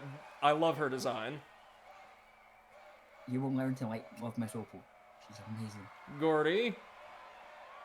And Raihan, the top gym leader. And we're missing the one Marnie and Team Yell are associated with. Yep. I'm guessing either poison type, probably. Think about what they were using against you. Well, no, they're using... Is this the first game where we get a dark type gym? Because I will be... Yep. Oh, God, yeah. Yes! I love dark types, man. Yep. So do I. Like, I hate Dragon, obviously, and then, of course, there's Hydreigon, which is amazing. Yes, indeed. Until you have to use it in a playthrough, and I've also at level 64. The thing, well, my favorite thing I've learned about dark types in the past, 48 hours is, the context of the beat-up move. That it's just your Pokemon calling on the others to gang up on the poor opponent. Yep. So I have this great mental image in my head of our Fox, of our Nickit, just getting the other Pokemon to start stomping some poor Oddish or something while the lizard comes in with a baseball bat. It's technically legal. Somehow it's legal. Now, I got the image of he's like, I'll get my big bro on you. Big bro comes out and just yeah, usually. And correct me if I'm wrong, but early on, maybe up through 3rd gen, Dark didn't have the stylistic connotation of, unfair play, but was instead a more traditional, type based around, darkness, the element, or the aesthetic, right? Mm-hmm. Yeah, they've definitely kind of moved into that kind of trickster, playful. Mm-hmm. Which is, I like having both sides. But my favourite dark types are the one that kind of move into the older, theme. Like, Honchkrow, for instance. Or Murkrow and Honchkrow, I should say. They were kind of half and half. They were the dark and the shadiness, but also kind of the prankster kind of style. They were really the only ones that had that theme, because then you got Absol, who's disaster. Death, specifically, yeah. Yeah. Or Darkrai, who's literally dark and dreams, nightmares. That's right. Is Giratina a dark type? At least in part? Ghost, that's right. Ghost Dragon. Alright, we're off to Turfield. To the left. Thank you for telling me what the gym challenge is now, Pokemon. Yeah, we didn't just have an entire 5-minute cutscene, no. I know Pokemon is very, very fond of its explicit instruction, so I get it. Turfield is over here, I'm assuming. Yeah. We could see the large, ostentatious stadiums all around the country. I love that. Mm-hmm. Let's see. Oh, there's a couple very nice-looking ones up near the top of the landmass. Now, they do look good. Question, do the DLC add new gyms or gym equivalents? The first one does, kind of. The second one does not. So it's a more conventional, quest for legendary? Mm-hmm. Several, actually. Okay. There's a lot. I'm very interested to get this sucker underway. Looks like we're going to be passing through our first cave, a Pokemon tradition. They never got as bad as Duck Walk Tunnel. No, I don't think. Rock Tunnel was hell. Well, what about Ant Hell in Pokemon Uranium? I've never played Pokemon Uranium. I've heard about it. I've never played that one. It is apparently very, very, very bad based on the Let's Plays I've read. Yep. So we can fly now, at least fast travel between destinations. That's really nice. That you've been, yeah. That is handy. I don't think there's anything earlier on that we need at the moment, right? Probably not, no. Unless we just really want that Wooloo. Which, You want? we don't. Yeah. This game completely removed HMs. That's... So you don't have to teach your Pokemon moves to do stuff now. Given that we have reusable TMs for, like, combat, I would say that's honestly a step in the right direction as far as QOL goes, wouldn't you? HMs were pretty bad. Like, they were an interesting idea, but considering the fact that only, like, 2 of them were actually useful in combat. Yeah, Fly and Surf, right? Fly was okay, but I'm mainly thinking of, like, Waterfall and Surf. Okay, yeah. Waterfall is a great physical move for water types, and Surf is just Surf. Surf is amazing. If only we could Those were the friggin' only two use really good Waterfall. ones. Strength is decent, but I wouldn't call it, like, amazing. There's much better moves for normal type. Oh, wait, sorry, before we carry on, there's something I definitely have to do. I have to give our ace its Mystic Water. stab booster. Yes, sir. So, You just picked up another stat booster. yeah, one for normal types, right? Mm-hmm. Can't think of anything that would really benefit from it right off the bat, though. Hold on. Other items, TM's treasure? Nope. In your team, no, not really. Just a moment, I will find this. There we go. Other items. Perfect. Yeah, boost the power of normal types. Nothing we can give that to. Now, maybe when we get Zigzagoon back out of the box. Yeah, that's what I was thinking as well. Or maybe another. If you had a Wooloo, that'd be an easy one. But Let's see if there's anything to do over here. Seriously, this city is gorgeous.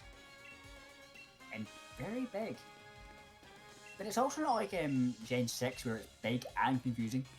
Right. It's laid out in a sense, or in a way that's more linear than it appears to be. Mm-hmm. It's not like, and the camera angles aren't like throwing you off every 2 minutes. Yes, that is true. I really like, I've said this several times on stream, but like the new camera angle that they've gone with. Like kind of the, not exactly over the shoulder, but they've done away with the top-down angles. I really like that. Yeah, and they've also done away with the kind of chibi look. Yes, yeah, I prefer that. I prefer this as well. I will say, aesthetically, out of the Pokemon games I've seen, this is head and shoulders my favorite. What about you? Probably yes. I like Let's Go too, aesthetically. Mm-hmm. Yeah, and what I like about this game is, although Let's Go does it better, is even this game, when they moved over to Gen 6, a lot of the Pokemon became very desaturated. Yes, yeah, I remember seeing some artwork and thinking the same thing. Whereas Let's Go kind of does away with that, which is why I think it's my favourite. Yeah, the colors here seem brighter than some of the 3D games I saw from earlier gens. They're brighter, but even Charizard, like looking at Charizard's only a point of reference, he's very pale. Yes, that's true. I'm thinking of the last time I saw a 3D Pokemon would probably be Pokemon Coliseum, where all the colors were very vivid. Yeah. Oh, Yeah, the see, that was Coliseum good games too. were great.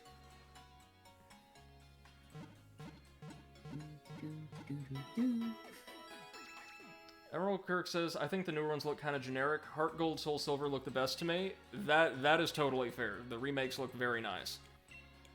The sprites, I think there's something really charming about the sprites. Hey, Starlight, welcome to the stream. And Emerald Kirk, yeah, says lots of really nice sprites there. I've just always been a sucker for 3D graphics myself, but Pokemon sprites are darling. I will say... There's a lot of personality in them, like, a lot more than is in the 3D games. Like, most, they're getting better at it, but some of the sprites just look really dynamic, even though they were sprites. Now, they said there's a rare Pokemon at the Wedgehurst station, so I think we might travel here really quickly. Yeah, that's DLC. Oh, okay, so it's just going to take us to the new areas if we... You can catch the Pokemon, and then it takes you to DLC. So we might want to put this off, or... You can catch it if you want. It might be kind of interesting. Okay. But I would maybe put the DLC off until you finish the game. Yeah, I'm definitely doing that with the DLC content itself. Mm-hmm. But the Pokemon you can go and catch whenever you want. I think you might actually kind of enjoy it. The train to the Isle of Armor has arrived, and a special trainer from the Isle has as well, I suppose. Hold up, let's drop a save. Yeah, just don't go on the train, basically. I'm not ready to be just, like, turned to paste.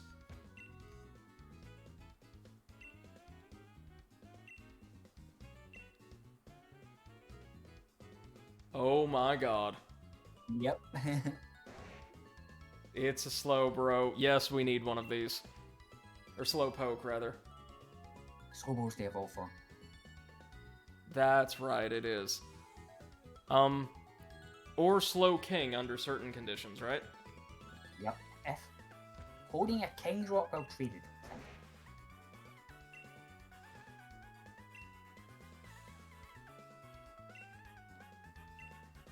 Yeah, sure. I will gladly catch this adorable guy for you. Yes.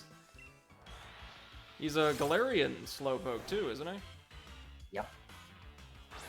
Now, in what way is this different from the standard variant? Different typing and different moveset. Okay. So the stat line usually stays the same. As long as we don't kill it,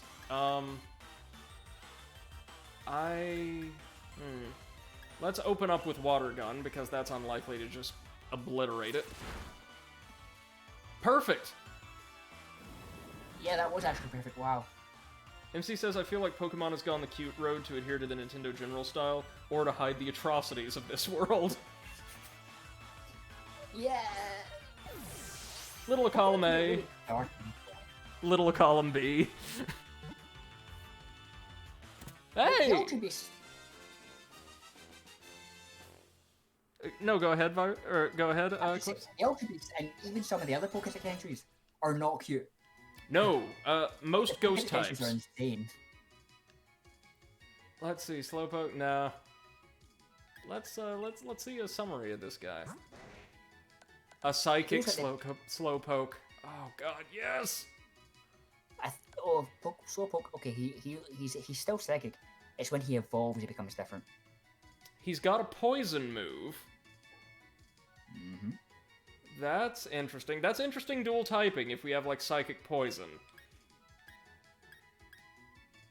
His moves are not great. For early game, Confusion's not bad, but yeah, I know what you mean. No, like, Confusion in Pokemon Coliseum early game could just clean house. Acid, from what I've seen, is okay, but these two are just kind of, like, effectively empty slots, yeah. We will take it, though, and to the box with it. To the box with you, sir. Yeah, sometimes it feels like the rest of the game was made by, like, a team, and then the crazy guy in the back wrote the Pokédex entries. Yeah, no, that's the sense I get, especially for, any ghost types like Gen 4 on. We have child snatchers, we have women frozen in the mountains stealing people. It's like, what are you? This is a kid's game, dude. Well, right, but also so many ghosts, at least from later gens, as I understand it, are implied to be actual undead. Yeah. So it's like, are people, like, do ghost-type trainers end up running around with entire rosters of their ancestors, or... That is never made clear, and it's weird. Except in Pokemon Reborn, where the Ghost-type trainer uses the spirit of a character based on an actual real-life person who tragically took their own life in battle against you as a Ghost-type. Okay. This is an actual... Yeah, no, that is an actual thing that happened and was written as, quote, a, like, something like a caring tribute. Like, what? What? Wow. Like, Eclipse, if you do not know, most of the, like, NPC characters in Reborn are based on an RP group. Ah. Yeah. I don't know that, so. Yeah! Oh, I'll need to look into that one after stream. Wow. MC says accidents happen and you get ghost Pokemon. This is recycling. Yeah. Oh, Hop, no. Do you really want to do this to yourself again, man? Okay. Yes, no, yeah. Poor Hop, bye. Okay. He's got 3 Pokemon this time, so I'm confident he can bring the heat. Let's do it. Keep up, mate. This is our chance to see if we're up to the gym. Our? Well, it's your chance. We're just living pretty. I was about to say, one of us hasn't lost a fight. Yeah. At this point, I assume, like, rest stops are so commonly occurring, we don't really need to gauge the PP of Water Pulse all that tightly, right? No, not really. Oh wait, no, we're not switching Jack. Send that sucker out. Come on, you're not even evolved. Amateur. Admiral Kirk says maybe a caring tribute in the Daniel Snyder sense. Oh, and MC says if I could catch a creature with a Pokeball, I would get an Age of Empires 1 priest. They were so good. So good. Well, there's only really one way to handle this, I think. We don't even need to use Water Pulse. Nah, just Water Gun. He gets in a sneaky quick attack, though.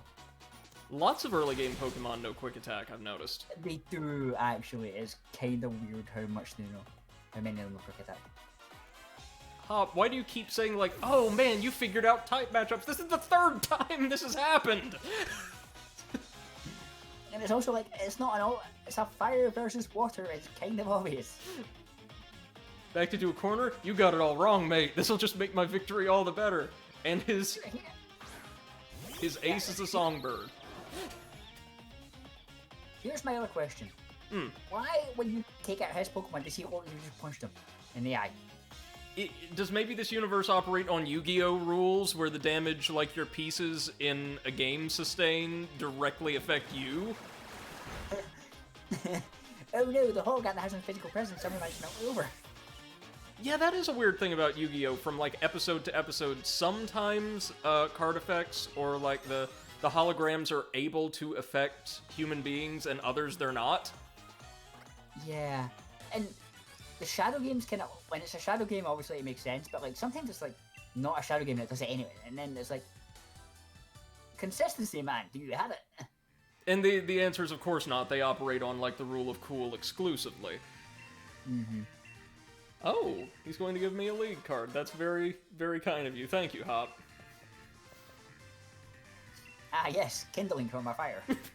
I was about to say, it'll stay right at the very bottom of the deck where it belongs. You're a bit nicer than me. I'm just gonna burn it. How many times does this guy have to get thrashed before he's like, wow, you know, maybe I need to, like, focus on learning a bit more about strategy or type matchups or not throwing my adorable little fire rabbit straight on into the deluge? It takes him a while. I assume, like a lot of rivals, he will eventually come after us with a pretty solid late game team. Yeah, he comes after you with a pretty solidly. Oh my god, we found Wild Cyberpunk 2077! Oh, so cute! Yes. We found little garbage. I want one. I very badly want one. We might be able to capture it with that much health left. Yeah. Capturing isn't like super hard. Not in this game, I've noticed. As he says, a wild X arm. Also bought a bunch of quick balls with Watts just to have them. Yeah. They're really good. If you ever like really, Sorry, what was that? if you ever really want something, just toss a quick ball at it first turn. And I assume it almost always works. It's a 5 times catch modifier. Ooh, that's pretty good. But only if used on a very first turn before attacking. Has to be the first thing you do. And other than that, it's every bit as useful as our Pokeball. standard Pokeballs. Okay. Tearful Look. I have a feeling this isn't going to be great, but I'll have a look at it. Oh. Oh no, that's... It's better than a lot of the stat affecting... Wait a minute, it might be better than Growl. Yeah, you might as well replace Growl if you have it. Yeah, sure. MC says, did you watch the X-Arm video I posted? If it was today, no. If... No. Sorry. Oh, that one. No. Yes, I did. I watched a little bit of it before I had to start grading papers, and it, oh, it looks pretty rough. It looks pretty rough indeed. Now, guys, if you'll give me 1 minute, I'll be right back. I do have to go, turn my car off. So give me, like, 2 to 3 minutes. We'll be right back for more Pokemon. So glad all of you are with us tonight. And special thanks, as always, to Eclipse for being present with us as our resident expert. Yep. Hi. I'll take this opportunity to take a quick break as well.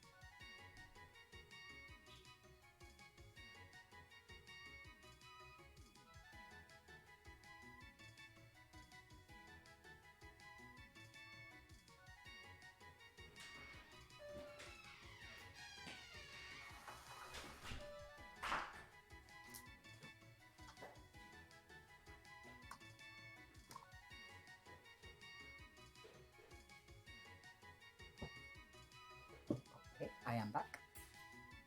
Don't think Brady is yet, so hi chat.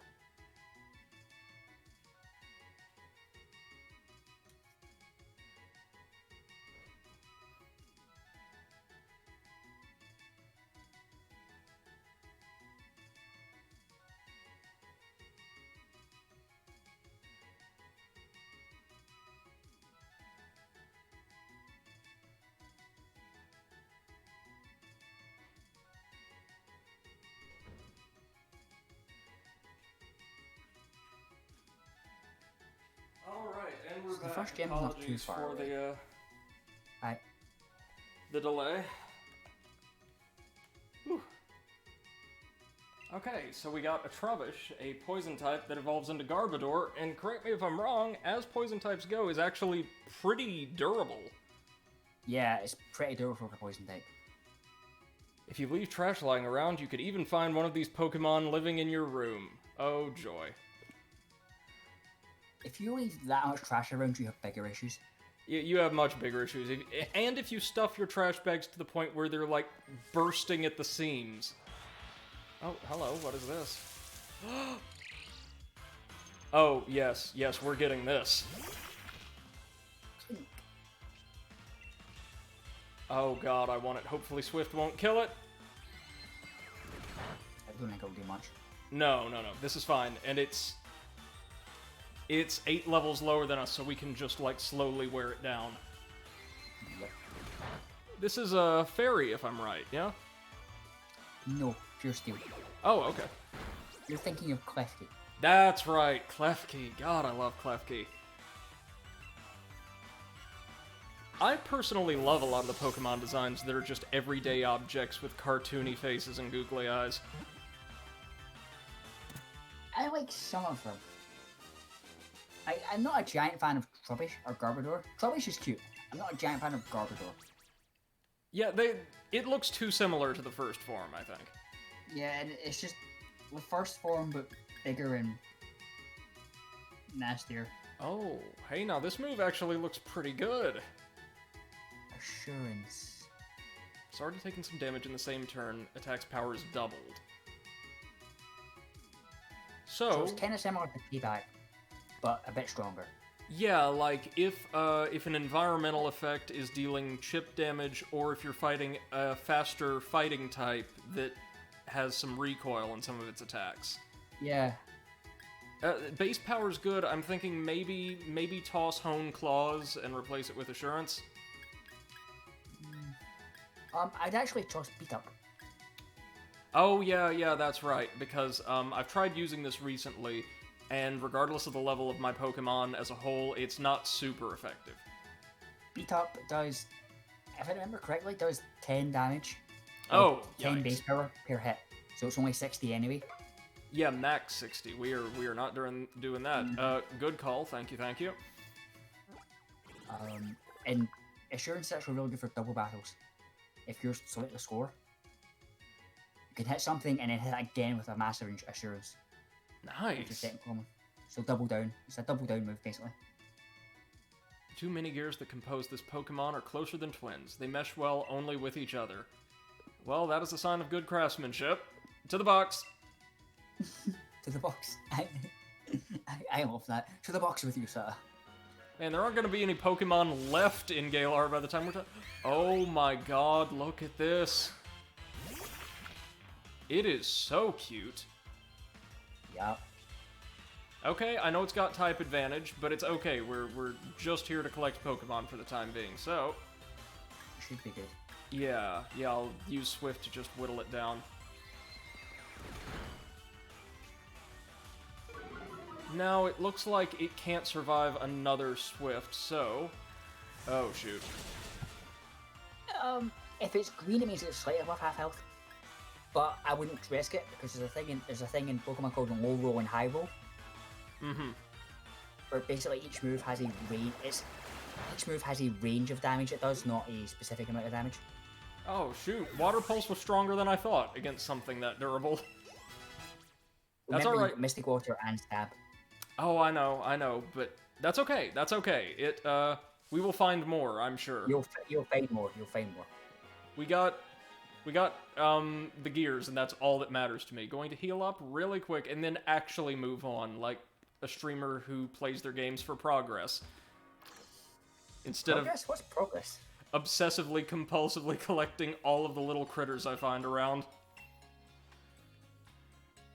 Hey, the tagline was "Got to catch 'em all." Well, I know, but that's back when there were, like, what, just under 200, and a lot of them were tied to events or gameplay progression. Yeah, 151. Yeah, 151. God, how far we've come. I know. And here, I'm just, like, finding sentient gears laying by the side of the road, and you... Round 2. Fight! When we say go Drizzile, I know you can do it. It reads less as, like, gentle encouragement at this point, and more just like a blank or flat statement of fact. Yeah, Drizzle, you can do it. Yeah, I know. Oh, well, that ain't gonna do anything to us. So Rapid Spin makes the opposing Pokemon, or the Pokemon using it faster, and deals a paltry amount of damage, yeah? Yes, it also gets rid of hazards. Oh, cool. So that's what it's mainly used for, to get rid of hazards.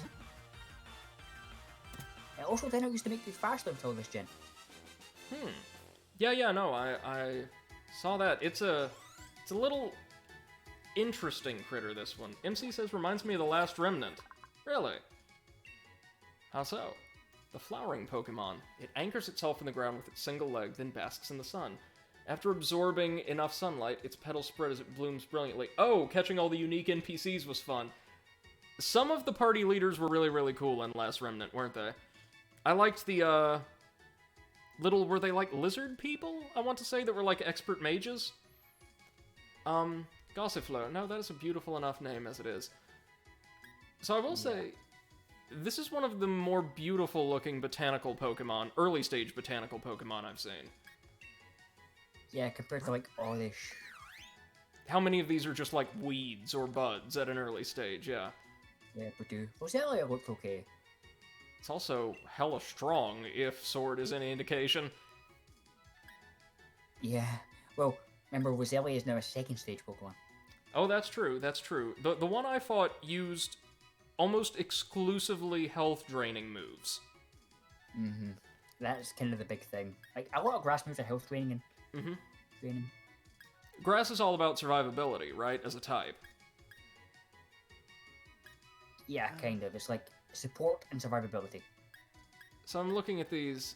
It knows Sing, and that's really good. That's an okay moveset, I think. Mm-hmm. But not Leaf enough to Edge save is it from the- the box. Yeah, Leaf Edge is kind of like the water gun of the grass moves. That's a Vulpix. We've already got one of those. Thanks for playing. Oh, you, ma'am. What do you have for us? It's been ages since we've, like, kicked some ass that didn't belong to a football hooligan or hop. And you sent out a Vulpix. Oh dear. Okay, we know how this goes. Yep. Nothing to see here. Moving on. Like, the nurse is just peeking out of the Pokemon Center door already.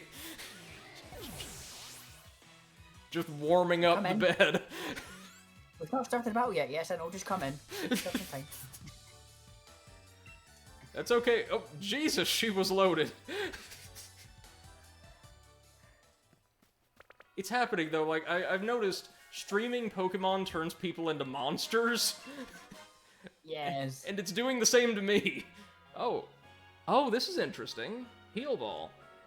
Restores the HP of a Pokemon caught with it and eliminates any status conditions. I guess if you want to use something you catch, like, in the Wild Zone right out the box.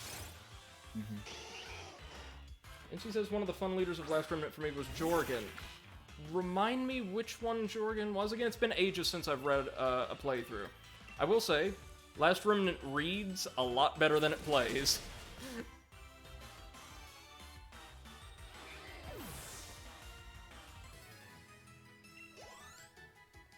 What level does Combi... oh no, Combi needs an item to evolve, right? No, it just needs to be female. I can check that for you. I don't know off the top of my head. I think it's 25. Okay, so we're getting there. Ah yes, hello child. What pet would you like us to brutalize today? 21 actually, so you're not too far off. Ooh, no we're not. MC says the Amnesiac you could select the class for. Yes! Yes, the one whom, depending on the items you brought to him, would be a completely different class and playstyle. Okay, so she actually has a pretty decent little Pokemon. Yeah. That's what almost confused me. Trainers get their first Pokemon when they're 10. But then there's these preschoolers running around. Maybe they, like, found some of the leftover... What on earth? I assume they inherited it. Oh, Nasty. Circle Show. Well, Yeah. we've got a counter for that. Yeah, are you sure that's the one you wanted to send out, Padchan? Are you sure? Izzy says, ah yes, bully the little girl. Between this and NSR, it's become an unfortunate theme of these streams.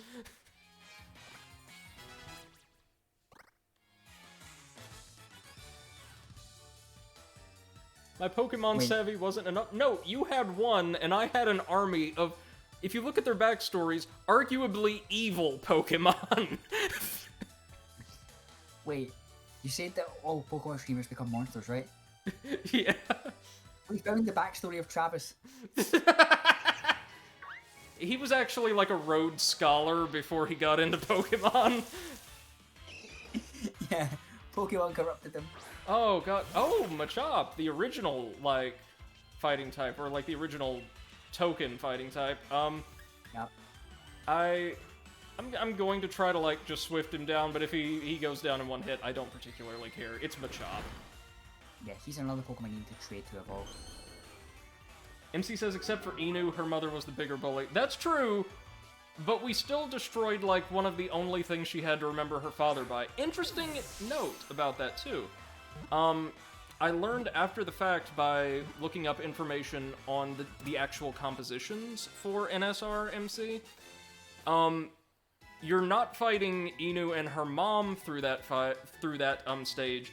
You're battling the entire family together because the piano composition that she's playing is actually written for dual pianos. No matter how talented you are, it would be impossible for her to play it alone.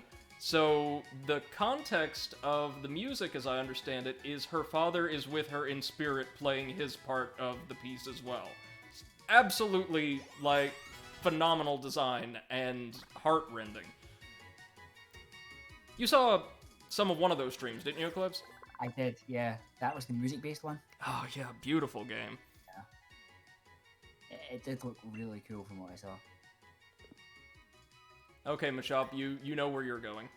The box. We've got Tyrogue, and also newer Pokemon, but thanks for helping out.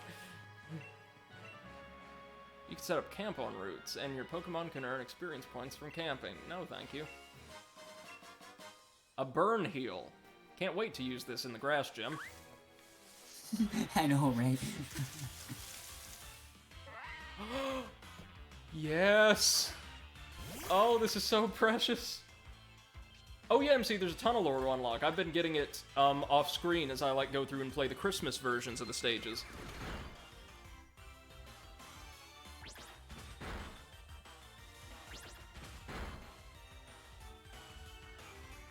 Mudbray is an absolutely precious Pokemon. I adore it. Yep, it is. It's a very interesting ability too. Let's see. Will we get it? Come on now. Come on. There we go. Mm-hmm. We're just getting all of, like, the generic animal Pokemon. Yeah, that's one thing I will say about Sword. The variety at the start is insane. It is, and I assume that's consistent throughout. Mm-hmm. Oh, it's a ground type. Very nice. Loads weighing up to 50 times as much as its own body weight pose no issue for this Pokemon. It's skilled at making use of that is an insane description, so hold on, let me figure that. Just want to make sure I give you an accurate measure. It's also been a long day and I cannot math tonight. Come on. Okay, so apparently this thing can carry up to 12,125 pounds. 12, yes. And it's 3 feet tall. And it, to be fair, for 3 feet tall, why does it weigh 242 pounds? I don't know. It's made out of like the same material as like a dwarf star or something. That's heavier than Charizard, by the way. Oh, it's the butt skunk. I know these. Yeah, that's disgusting. All right, let's. Yeah. Let's I've never been a subject fan of ourselves to Stunky this. myself. Yeah, it's not the best design in the world. Pokemon have a few like really bad misses, but at the same point they have so many other good designs. It's like, who cares? Sure, yeah. As he says, watering the skunk, watering it a bit excessively, apparently. Yep. Okay, we're gonna get one though. Just because I'm a relentless completionist. And the game's going to force it in your throat. Oh yeah.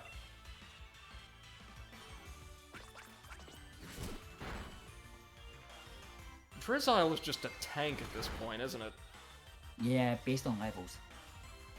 It's actually kind of squishy, but because you're so high up in levels, it doesn't matter. Is it? I have a feeling, like, out of the starters, it's more durable than Score Bunny by default, but less so than the Little Monkey. It's definitely less so than Little Monkey.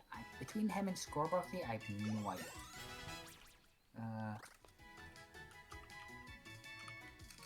His special attack and defense are insane for this stage in the game. Yeah, like, it's a special sweeper.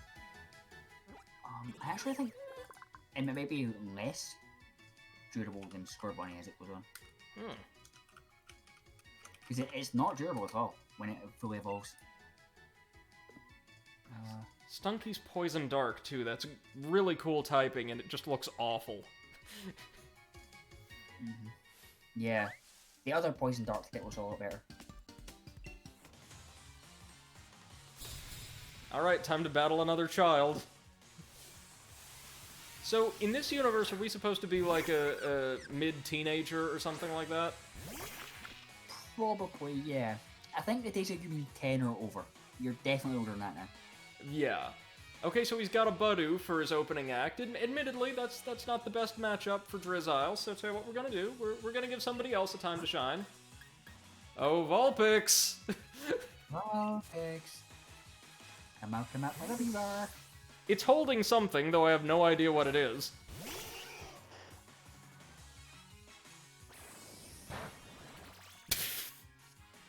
Yes, the 1 damage. Ember, I assume, is the fire type equivalent to Water Gun. Yep.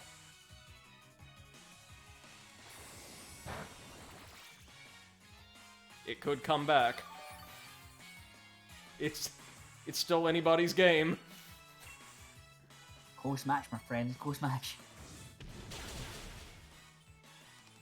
For a simple design, I have to say I really like Vulpix. It's an adorable little mascot creature. Yeah, it really... I like a Logan Vulpix too.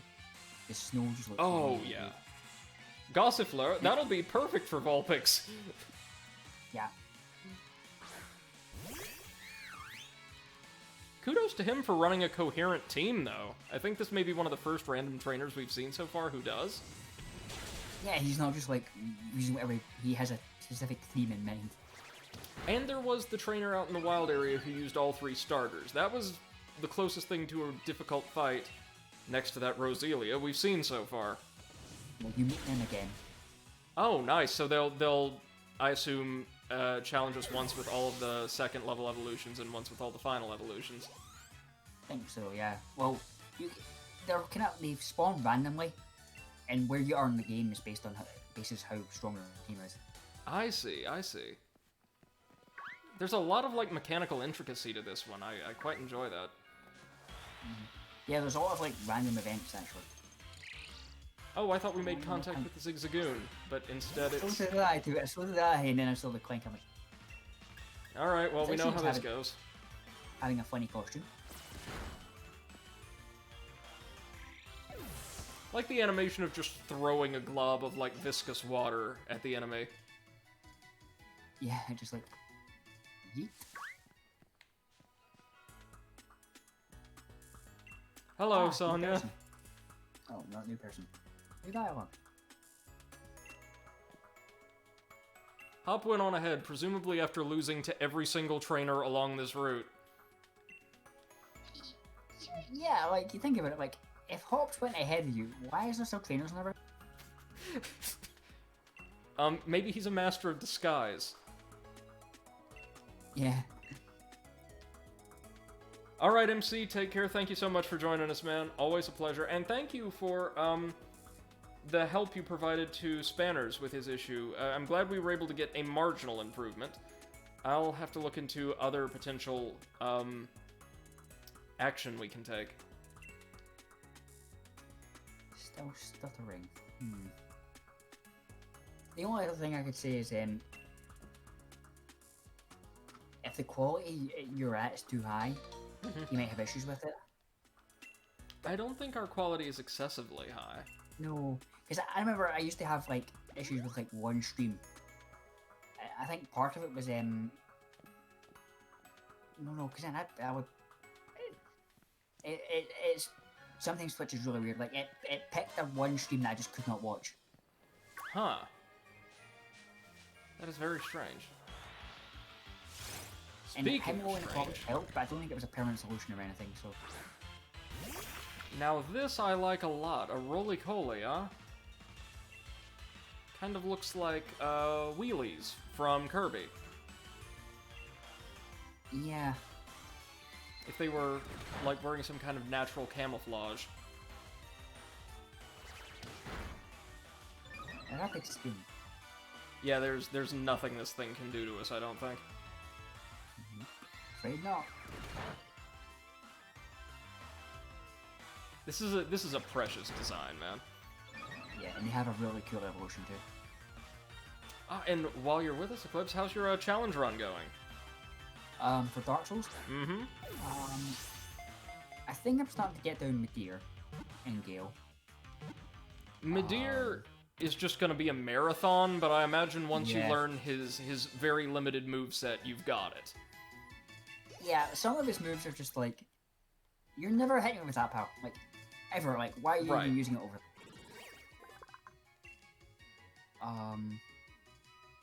The coal Pokemon. Okay. But you know, the only issue I'm having is some of his call strikes are like really quick for the camera. Yes, they are. The camera in his fight is terrible. Yeah, same reason I don't like King of the Storms.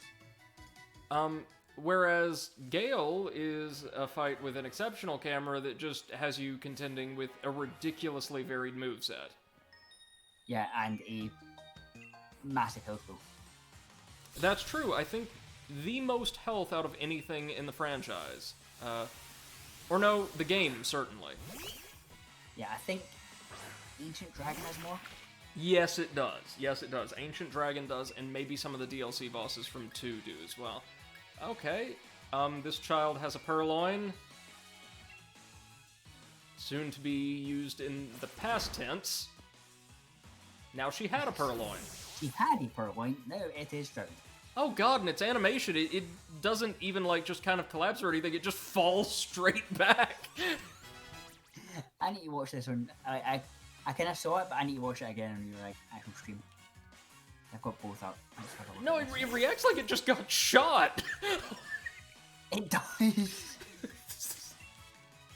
Oh god, Drizzile is going to be something of a meme around this community in the future, I would imagine. Yeah. Oh yes, we will add it to the collection. Man, the animation also makes it look like we killed the squirrel.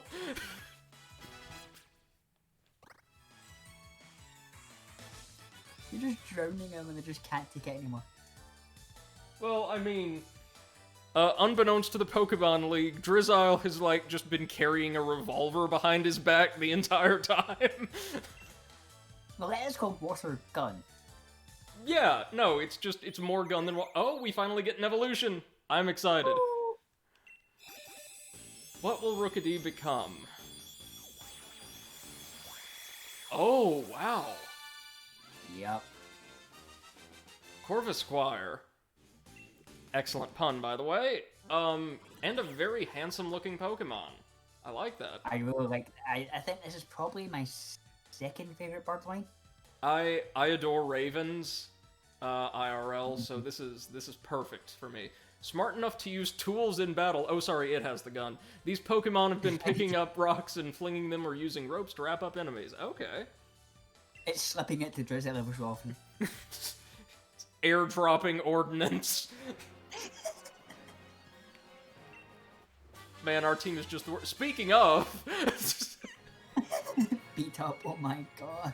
they really push awful Pokemon and tactics on you very early on in this game. Yeah. I love it. Oh, one quick thing, I don't think you've encountered it yet, but there are some Pokemon which you know how sometimes there's an exclamation, they aren't in the overworld, but there's an exclamation point that comes up. Yes. Some Pokemon can only be found not in the overworld.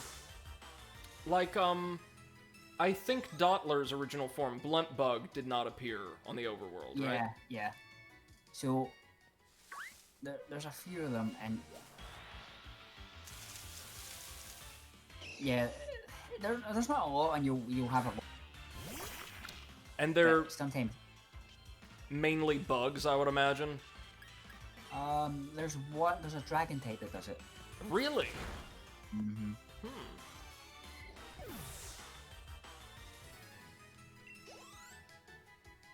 Come on, Dotler, you're almost to level 16. You can do it, Dottler. You can do it. Hello, Postman. Is he just going to be using Pokemon that he, was intended to deliver to fight us? Maybe. That would be really funny, actually. You know, in the US back in the day, people actually, for a time, mailed their babies through the post. Excuse me?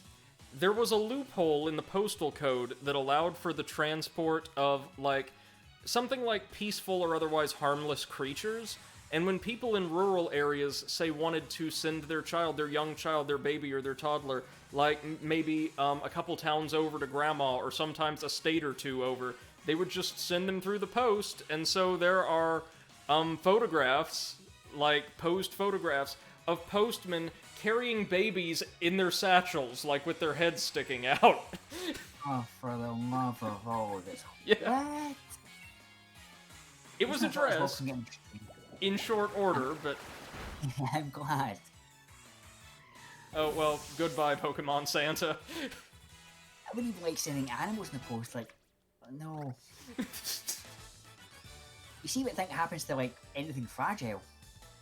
Okay, look, the postman, compared to everybody else we fought, looks furious that we won. He does. He looks like he's about to just beat you. To be fair, we did just shoot his partner. Oh, it's a camp. Lovely. Awesome, we get a free berry, thank you. Cherry berries. Yay. Those are just basic healing items, right? Cherry berries heal paralysis.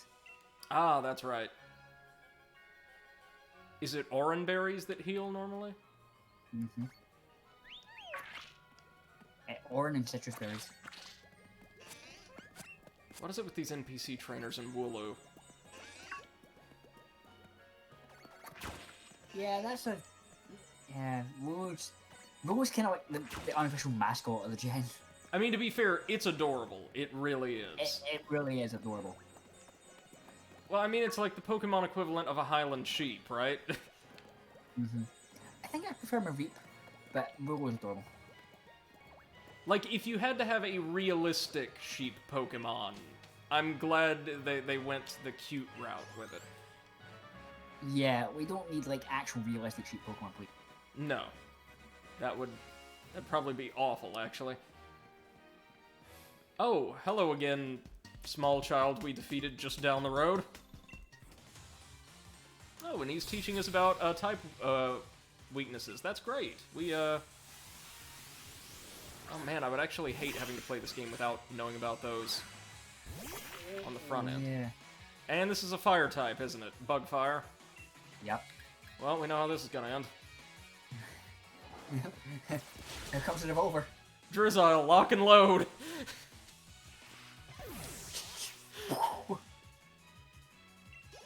I love Drizzile so much. I think you'll enjoy the final form. Sending out a Dottler, it's probably the most dangerous Pokemon we've seen a trainer use so far, but I'm not intimidated. Nope.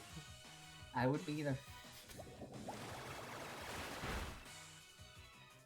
Now, after you complete your Dark Souls 3 challenge run, are you planning on tackling either of the other games in a similar fashion?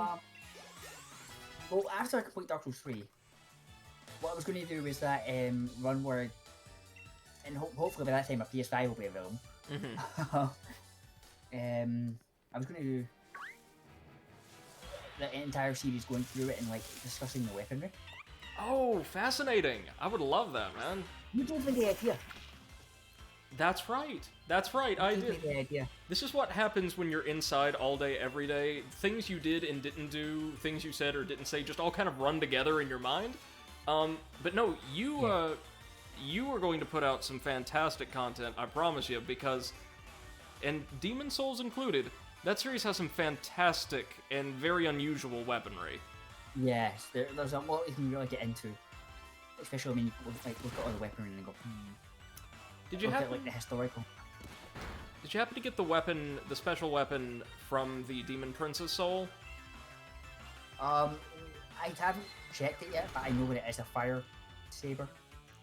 Yeah, no, it's like a ridiculous, exaggerated scimitar that I think is a faith weapon. The demon's scar. Yes. Yes. Yeah, I'll have to. Because I was torn between that and the pyromancy, I haven't picked yet. I But know. I think the pyromancy kind of Great Chaos Fireball is just more useful. Oh yeah, yeah. There's no doubt about that. No, for the build you're working with, especially. Yeah. Because I also tried Chaos Fed Vestiges, and that has a really weird hitbox. A lot of the Chaos Pyromancies do, right? Like, they're a little unreliable. Because I was using it to just like burn down Farther Ariandel. Mm-hmm. And sometimes I was doing like 900 damage. And then sometimes, with my limited cast menu, I was doing 100. I don't need this right now, game. That is So that, not the fight where you want a great deal of variance in your damage output, to say the least. no, like, especially when she starts healing, you're trying to burn him down, and suddenly your fireballs just aren't doing anything. I'm trying to burn him down here. Can you, I forget, can you disrupt the healing by attacking Sister Freda? Yes, but she's so far away, it's not reliable. And given the challenge of the run, I imagine, like, the risk of her retaliating is just too great. Yeah, because if she retaliates, or if Ariana comes up behind me, like the times I die in that stage, or when Sister Frida decides she's going to stop using range and just yeet at me, Oh, yeah. it just like becomes insane. So, for my run, both of the times I've done that fight, Phase 1 and Phase 2 are manageable. Phase 3 is a nightmare. Yeah, Phase 3 is an absolute nightmare. Like, because it's just a flurry of things, and you dodge them, and it's like, okay, where's my opening in that shenanigans? The only way, and granted for my build, for yours I'm fairly certain you would have to do something else. The only way I could get it to work was kind of like with Lord Gwyn in the first game, eating a lot of blows and parrying whichever ones I could. Yeah. She's very parry prone, but the problem is only certain attacks in her combo chain can be easily exploited that way. Mm-hmm. And I know she does some that can't be parried. Oh yeah. Oh, Vulpix wants to learn Incinerate? Be my guest. This is our, water pump, or hydro pump equivalent, right? Water pulse, yeah. Water pulse, that's it. Yeah. I will... And it also burns berries. Let's see. I'm thinking Tail Whip. Disable can be useful.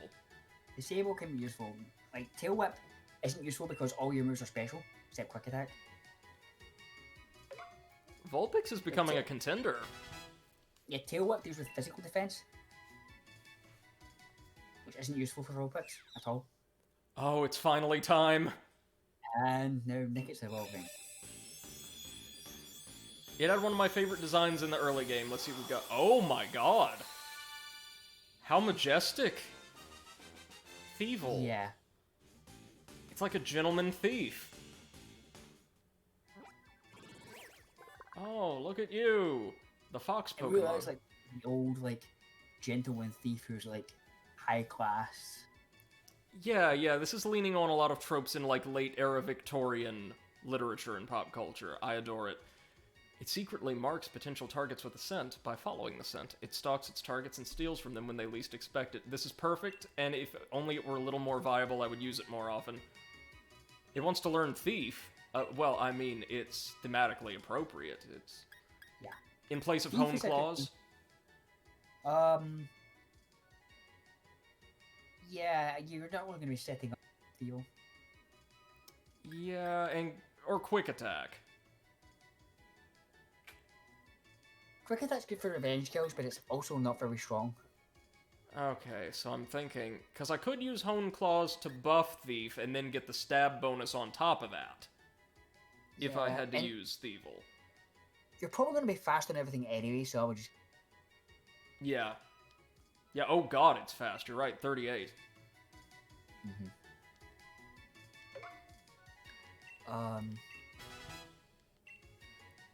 Thief is useful because it sometimes steals the item that they have. Yes, that's right, and, So if you want to farm an item off a Pokemon, like some Pokemon, you only get items you get from Pokemon that hold them in the wild. right. So we can either catch them and take it off, or you can just thief. Well, for once, we have a cave that looks gorgeous. Yeah. I love the... This- Go ahead. No, this cave does look really nice. Gen 6 has a decent looking cave too, but this is much nicer. Again, I just think the over-the-shoulder camera and, like, kind of distancing of the franchise from the chibi art style allow them to do a lot more with visuals, and it's paid off in this game.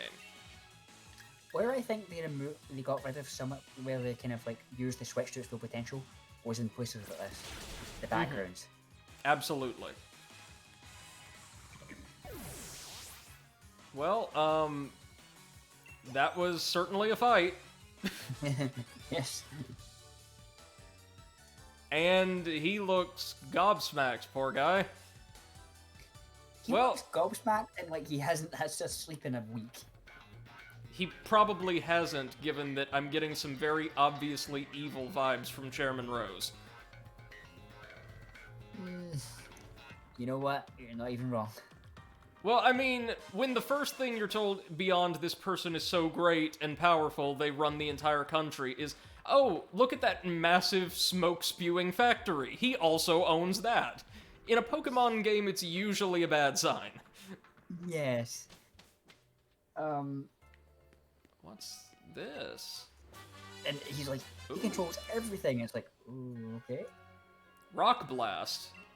That's pretty good, right? Yeah. It's not super accurate, but it's really good. It's a move that hit 2 to 5 times, And and it can. stronger than a lot of rapid or multi-hit attacks, I'm guessing? About the same, but it does 25 a pop. So Okay. it does 50 to 125. That's a It's wide not spread. bad. Mm-hmm. Okay, what rock does she have for us to... Oh, Timber! I love this guy. Yep. Oh, and she's got a full Exactly, I will. team. Does she? Well, no, not. I mean relative to what we're used to seeing. Sorry, she's got 3, which is a ton for this stage of the game. For this stage of the game, it's a ton. That's another Pokemon that reacted as though it had just been shot. Okay. Yep, it is kind of now we're shooting Pokemon. It's like shooting fish in a barrel. I mean, at this point, it really is. We're supplying all of the water in which to store them. Oh, this is brilliant. This is beautiful.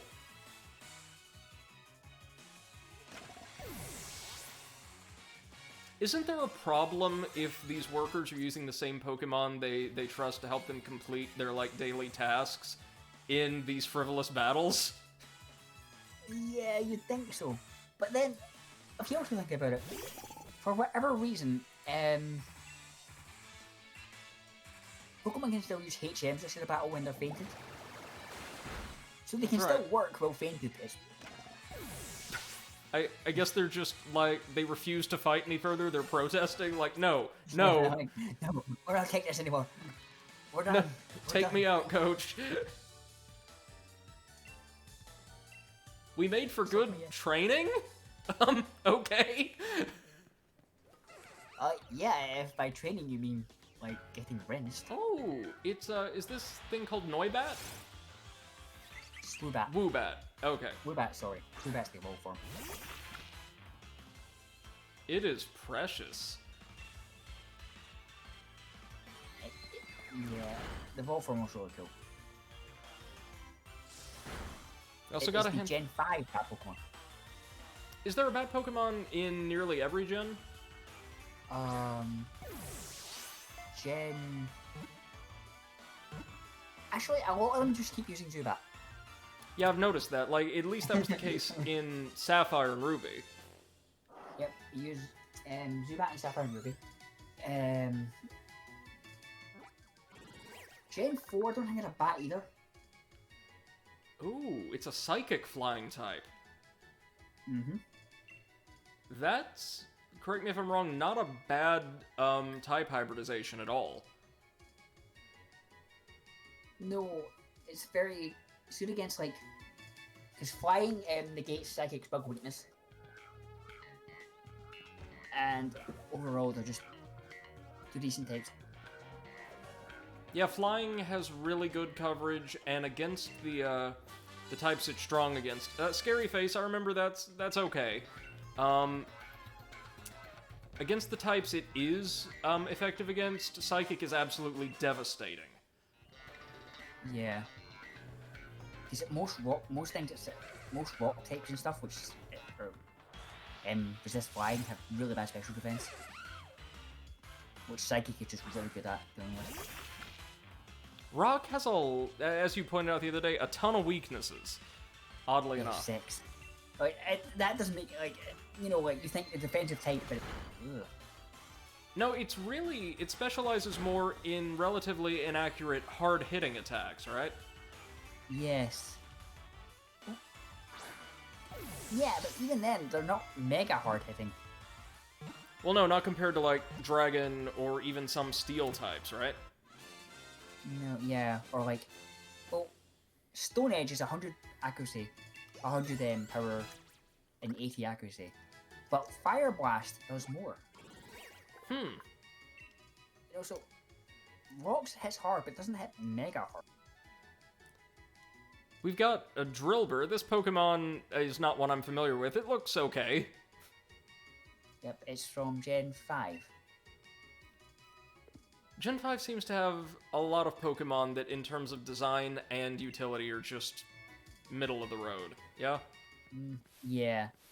I don't think there was many low points as people there were in Gen 5, but there was a lot of like mega high points either. Yeah, just a lot of decent additions to the bestiary. Yes, essentially. Oh, Diglett, the OG. Rest in peace. And without this hair. That's right, the Alolan version did get like like an afro, right? Or the Diglett had a little like three. Oh, that's right. It had little strands of hair.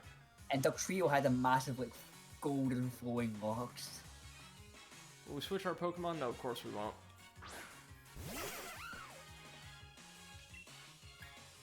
Retreat? In our moment of triumph?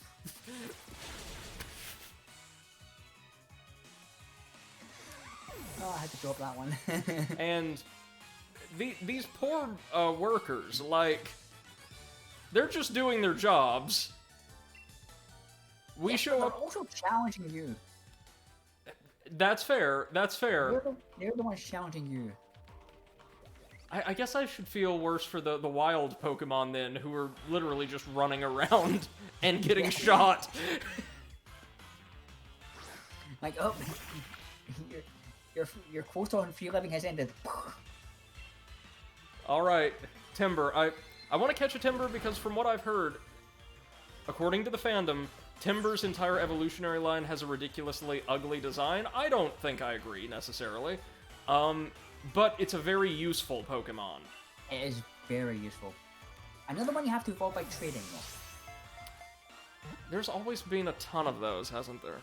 Yeah, and I never liked them. I never liked them because, like, well, back in the day, like, when you had to like trade through your cable, it just made it so ridiculous.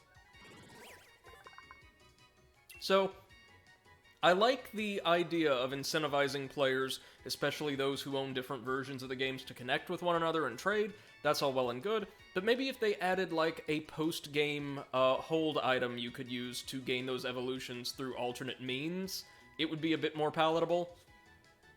Because here's the thing: to get different Pokemon, you don't have to get that Pokemon back, but to evolve your other Pokemon, you have to have someone who can give you it back, which is harder Yeah. when you have nothing to trade with.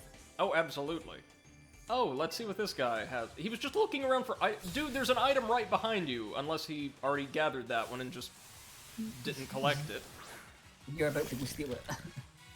Oh no, whatever shall I do? We've had the unfortunate tendency of just being put up against, like,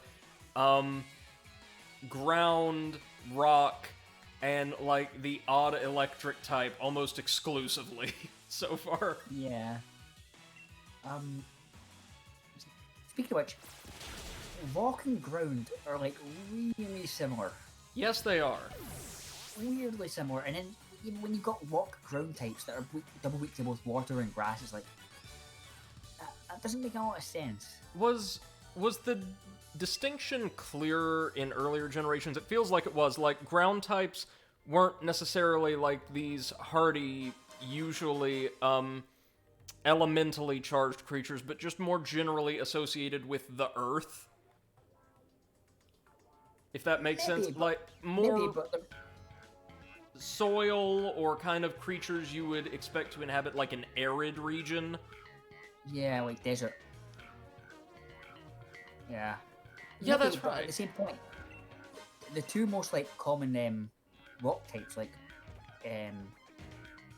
the I don't think Rhydon was, but the Geodude line and the Onyx line were ground types as well. So that You're kind of right. muddled that kind of blurred the lines as well. Oh, here we go. It's this individual with the interesting fashion taste. It's not bad. It's just a very unusual design. Yeah, very interesting. Okay, they're going to fight any trainer with a wishing star. That's us. Yep. Pick me, put me in, coach. I'm interested to see what this individual's fighting with, though.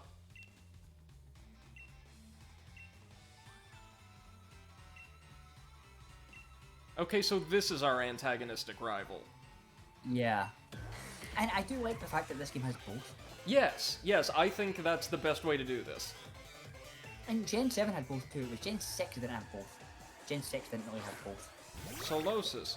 Oh, I know this one. It's like the, originally the Amoeba Pokemon, right? Mm-hmm. Well, let's just see what we can do.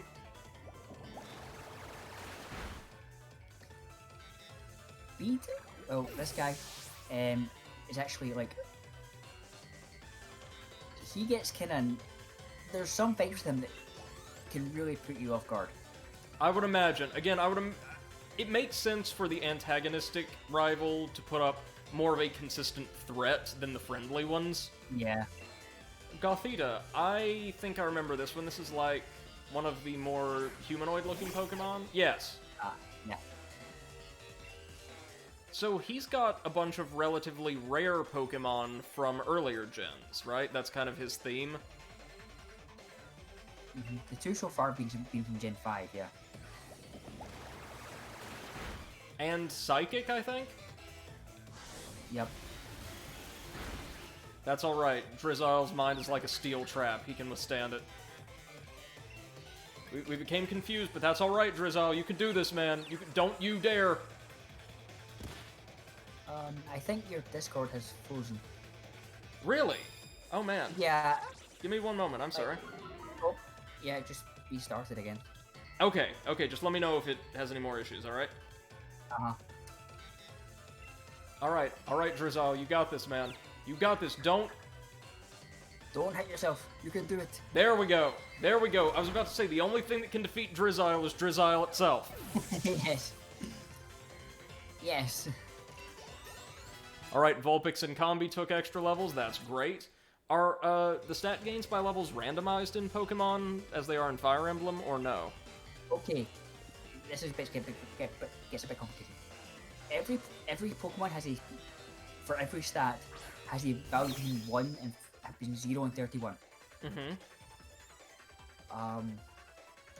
The higher that is, the higher the overall stat will be. And, like, so that's part of it. the other part of it is every Pokemon you fight has a value called an EV, Right. and collecting those EVs boosts a certain stat. Ah. So like if you fight a Pokemon with high special attack, you get special attack EVs, and every 4 special attack EVs you gain, you get 1 point when you level up. I gotcha. And you can put 252 in each stat. But you can only max out 2 stats. Okay, so there's like there's an element, so to speak, of randomization to this, but it varies by like each instance of a given Pokemon. It's not like every time something changes or you alter your parameters, you're rolling a bunch of dice or anything like that. Is that No, like the IVs are randomized, but then that's your IVs for that Pokemon. It's kind of like DNA. right? So it's set to each individual Pokemon. Gotcha. Yes, and the EVs are based on species. Like the same Pokemon you face will give you the same EVs. Right. So you can predict within a certain range what a Pokemon's parameters at each level are going to be. Kind of. If you've been fighting a lot of special attackers, you'll be getting more special attack. I gotcha. Speaking of, since IVs are hidden though. You can't really see them until the end game. we're fighting a psychic type, and they managed to take out our Lord and Savior, it's time to spawn in Dottler. Go, Dottler! Yes. So, first things first, hold on. Physical attacks, that's not going to do the job. Neither of those are going to be super useful. Struggle Bug! Yeah, just Struggle Bug. Okay, we can take that. See, IVs and EVs are what I have to manipulate to do. Oh my goodness. Bug is super effective here. I love it. Yep. Psychic is weak to the 3 main fears. Is that so? That's Bug, fascinating. Dark, Ghost. Ha! Has Psychic always been weak to Bug type?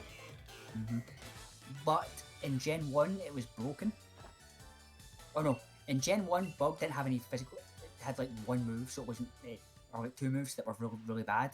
Yes, I And remember that. Ghost was broken, it didn't affect Psychic types. So Psychic in Gen 1 was absolutely busted. And I mean, to this day, it remains one of the strongest types overall, right? Yes, yes. Well, Dark alright, was B. introduced specifically to combat Psychic.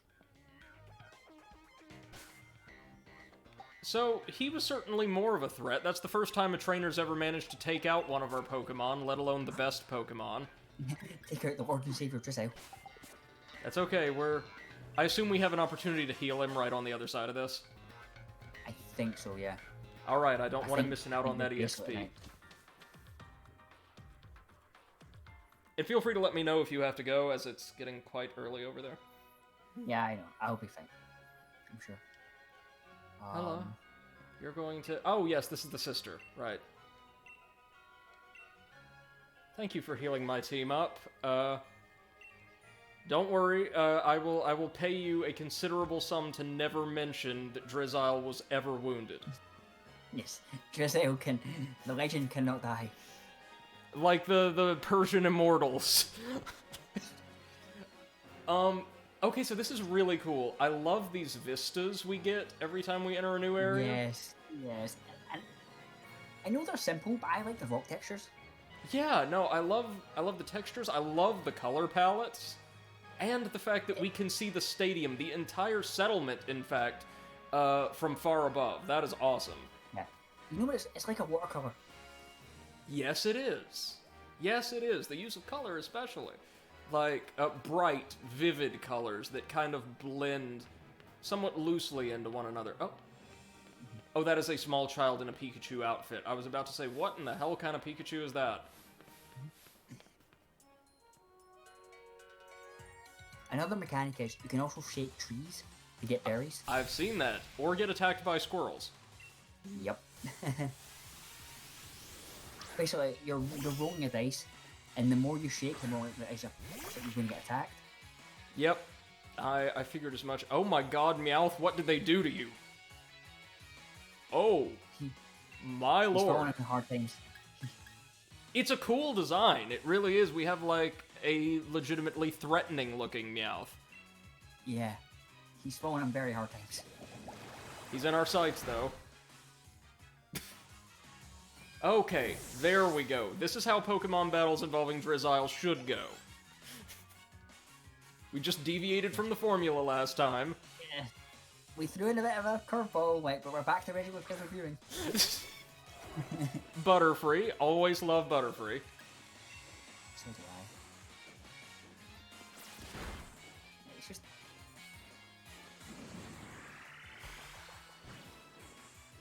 What in the world? Just heard The confusion. No, not again. Really now? That's okay, though. It can handle it. Yep, you got through it. He's learned. Improvise. Adapt. Overcome. That's right, it was overcome. That was the third. C-Dot. Oh, C-Dot. Nah. We got this. This is an interesting team. Like, Yeah. a flying bug, grass, and then Meowth, I assume at this stage is still just normal? Nope. Okay. If there's no steel type. Really? Mm-hmm. That is really interesting, actually. Oh yeah, look at that super effective, like, 6 damage. That healing. Oh, how can we overcome this? In fact, hold on, just because I want to share the love, and also don't want my Drizzile to get murdered again. Much less by this thing. Vulpix. Ooh. Oh. I think that's the first time we've seen a trainer use an item in this playthrough. Yeah. Well. He tried.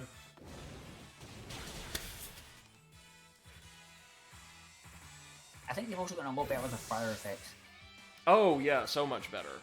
They were pretty rough in earlier games, honestly. Even the earlier 3D games like X and Y, they were a bit hit or miss. They've gotten a lot better. So our friend there had the appropriate response to having fought us. Like, just this look of mixed confusion and fear. Hello, Pikachu fan. You're like, what have I done? How can I? Oh no, I can hardly tear them apart. Yeah, no, these are the same thing.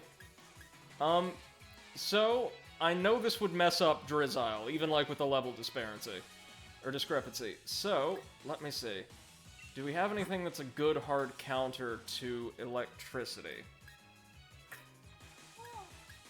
You do not. Would, Actually, you're quite weak to electric.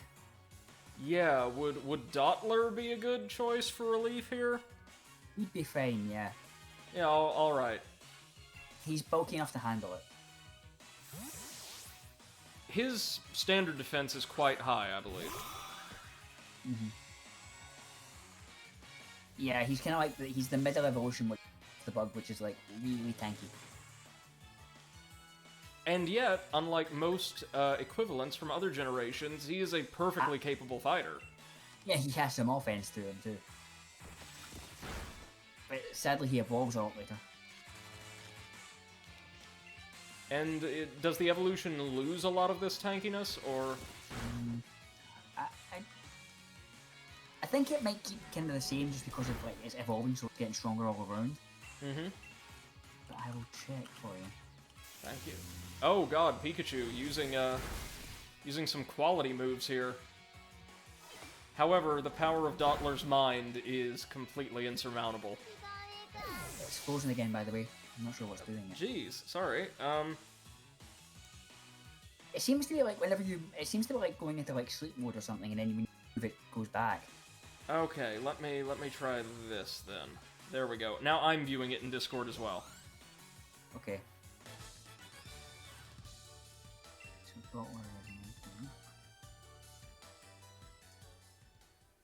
Oh yeah, it stays tanky. It stays very tanky. Oh no, what is this? Oh my god, this is gorgeous. This was is this a Gen 7 creature? It's Gen 6. It is so perfect. It's about to be so mine. Also has an interesting gimmick. I think I just discovered it. Swift did absolutely nothing to it. Yeah, it's a ghost type. Ah, Normal does not affect ghost at all. And vice versa. I see, I see. So it's a grass ghost. Yes. Alright then, let's try Water Gun to avoid just destroying it. Okay, the pumpkin so far has been the most terrifying opponent in terms of its moveset. Yep. And it also is it has different sizes. And the different sizes have different stat lines. Okay, so this one appears to That's be a the little... Sorry, what size is this? I couldn't tell you from like just looking at it. But they have different stat lines. So it broke out of our Pokeball straight away. Hell with it. Let's try a Great Ball just to see what's going on here. Obey me. I want a ghost. I want a ghost so badly. Yes! Get in the ball. Get in the ball. And it looks like it had a pretty solid moveset, right? Mm-hmm. I saw Shadow Sneak. I saw Astonish. Large size. There we go. Yeah. Okay, so you've got... I think it goes small, medium, large, and super size. Large is pretty good. Are they generally more competent and more viable in battle the larger they get? Yeah. Okay, so let's have a look-see. This Confuse Ray. Oh man, this actually looks like a pretty solid roster of That's moves. a decent moveset, yeah. I think we might want to cycle it into the team, yeah? Mm-hmm. Okay, now... what should you replace, though? Maybe Thievul? I'm assuming Thievul doesn't have another evolution, right? No, it doesn't. Alright, to the box. Do you think this is a good trade, Pumpkaboo, for Yeah, Thievul? I think so. Especially since we're starting very slowly to construct the thematic typing, or type theming I want. Oh, hello, Pikachu. No. We've got the fire, water, grass core. Yeah, oh. So there's like nothing but electric type Pokemon in these fields for the most part. Nest Ball, that'll be super useful for us, right? Yeah. Ooh, rare candy. Oh. Hello, hard time, or hard knock Meowth. What have they done to you? It'll be okay. Let's see, can it survive Water Gun? If so, it will prove itself worthy of joining us. Nope. Nope. Nothing can survive Water Gun. It can't survive the 6-shooter. I would love to commission some artwork now of just like Drizzile holding a Tommy gun. You're feeling lucky, punk? Okay, this one's a level 16. It might make it. The last one was what, like level 14? 14 or 15, I think. Okay. We will try Swift. We will try Swift. I know it's not very effective, but okay, one more Swift ought to do it. Ooh. Your scratch is meaningless to Drizzile. Oh, that's not good. It's also not very strong. It's not very effective. Okay. Yeah. So... water resists steel. oh, let's pray. Don't! Screw this up! Come on. You can do this. Meowth. That's Yeah. right. Meowth. That's right. Okay. Meow. That's right. Is he still in the anime? Yeah. Yes. It's been like 24 years. That is a long-lived cat. I know. Yeah, steel type. Right on. Living It's with a a long-lived mouse, too. living with a savage seafaring people has toughened this Pokemon's body so much that parts of it have turned to iron. Because that's how that works.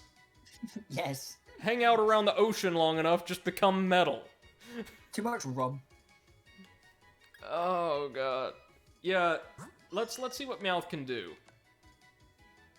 Oh. The answer is not a whole lot. Payday's kind of cool. And it's Meowth's signature move, right? Yeah. But it's just not team worthy yet. Oh, wait. Before anything else, I'm healing up my little critter. Yes. Drizzile can never show weakness openly. It's alright, potions are a dime a dozen at this point. Yeah, you can get a whole more. These fields are just teeming with new Pokemon, aren't they? Is that true of, like, every single new area we enter in this game? Yeah, it gets like towards the late game. It gets to the point where you've seen most of them, or you've seen their pre-evolutions. But for the most part, yeah, they're always teeming.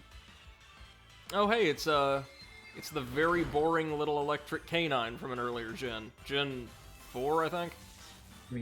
3, Gen okay. 3, God, I couldn't even remember got- when these things were released. Yeah, it got a mega engine. That's right. One of the less spectacular Mega Evolutions, Yeah, right? very underwhelming. Very underwhelming. We got it, though, just so we could say we did. Obligatory capture, this one. Oh, just Because it was there. straight up the lightning Pokemon creative. We'll go ahead and send you to the box.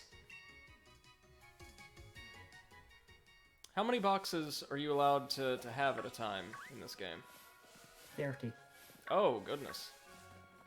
I think. Well, it should be a while before we have to start dumping excess Pokemon. Oh god, Yeah, yes. What were you gonna say? Sorry. You'll be. I don't think you'll like. The only time I ever run out of box space is when I'm breeding Pokemon. Ah, right. Because when you're trying to hatch a shiny Pokemon and you're dumping hundreds of eggs, it's Oh, cleanse tag. interesting experience. That could be useful. Where is that Pikachu?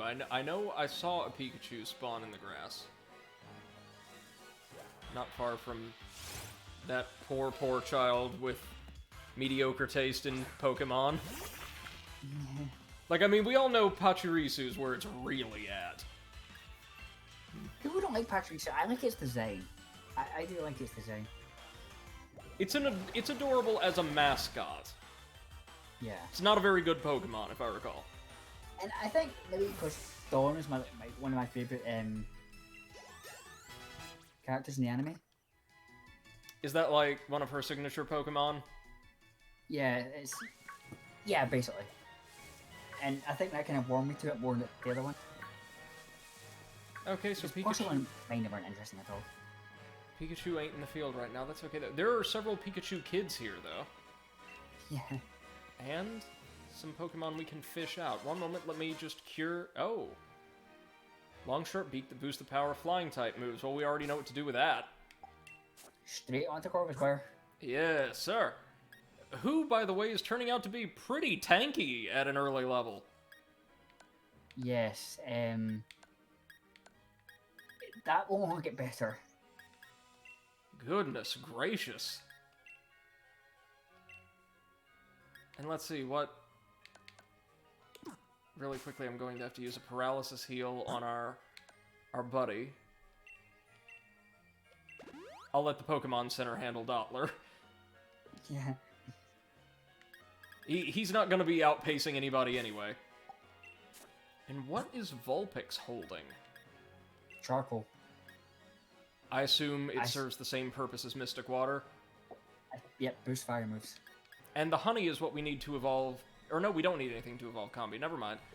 Was there one generation where, like, it needed Royal Jelly or something like that to evolve? No, but I've heard of that, like... Or is there one Pokemon who does? Oh. I think that's a Royal Jelly from another franchise. Oh, you may be right. It's not a Pokemon thing. I know it's not a Pokemon thing, but I've heard of Royal Jelly being used for something. Well, that sure was a Magikarp battle. Yeah. At least it wasn't the one where it had 6 Magikarps. Oh god, yeah. There's always a fisherman in the gyms that has 6 Magikarps. It's like, why? I would love for one of them to be, like, a late game opponent, though, and have, like, 6 level 70 Magikarp. I think one of them does. Oh, really? I could be wrong, but I think one of them does.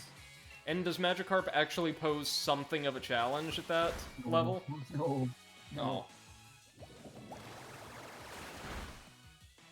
There's a lake in Gen 4, well, a pond, where you can catch a level 100 Magikarp. Oh my god. It's really, really rare, but you can catch a level 100 Magikarp. Oh, And that's all Lotad. that's in the lake. It's Magikarp of varying levels. Varying high levels. Lotad looks so charming in 3D. Mm-hmm. Reminds me for the world, Lotad's though, of Pokemon Colosseum, where the first major, like, antagonist you fight has a team based entirely around Lotad. Or no, sorry, Ludicolo. Is that Mitter B? Yeah, like in the first game he has, I want to say, 5 Ludicolo and Sudowoodo. A capturable Sudowoodo. Ah, Shadow Sudowoodo. Yes, or Bonsly, one or the other. Oh, hello, little Eevee child used to promote the last series of games we released. Yeah, we've got Pikachu and Eevee. Of course we do. Well, I wonder how this is going to end.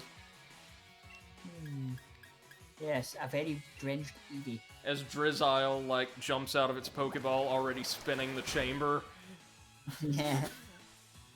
Like...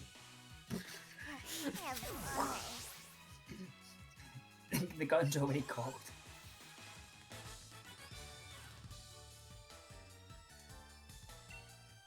Okay. I'm an Eevee.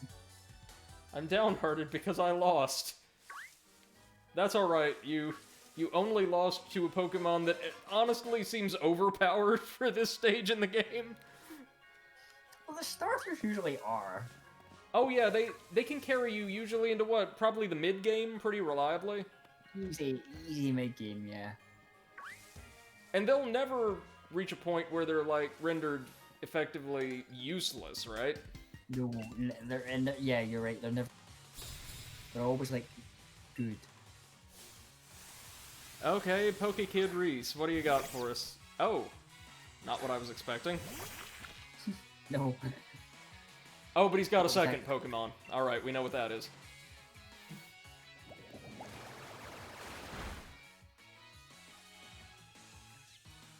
Alright.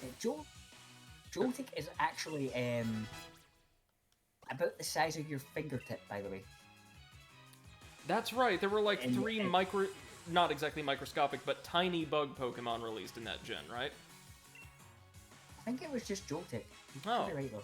Or no, that might be, sorry, I'm thinking of these tiny little ants that were included in Uranium's roster.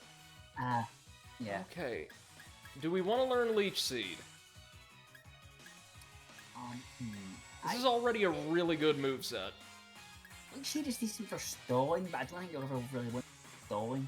No, because I'm no expert. I'm still fairly new to all this, but just reading over these move descriptions, Pumpkaboo looks like it's intended, or at least this particular variant is intended to rush enemies down pretty quickly. Like, confuse them, then just whittle away at them with Shadow Sneak or Razor Leaf. Like, this is a good moveset. And you don't really want too many setup moves, because then you're just setting them up and then you're never actually getting any. Right, the old Yu-Gi-Oh! Deck building conundrum. Yeah, we'll pass on Leech Seed for now. This doesn't really seem like the Pokemon for it. What, Grubbin? Oh, okay, sure. Kid, are you doing this right? Yeah. Where's your Pikachu? Where's the Grubbin, like, onesie? Where's that? He's just like a spark plug. Sucker Punch? Huh. What is this? This is a dark type move. Oh! Oh, but it fails if the user target isn't readying attack. That's actually highly situational then. Yeah, not worth it. Because I would actually say it is worth it. Actually, with your moveset, no. Maybe Tearful Look, but other than that, no. Depending on what Pokemon we're going up against, I would say maybe, like, later in the game. But we've not fought a lot of opponents who actually have 2-turn execution moves. Any, so far, I don't think. Oh no, it's not 2-turn, it's any move. But okay. Like, how it works is, it will go first, and if they're using an attacking move, it will hit. If they're using something like Growl, it will fail. Oh, I see. I see. I don't know then, man. Do you think that does beat out Tearful Look?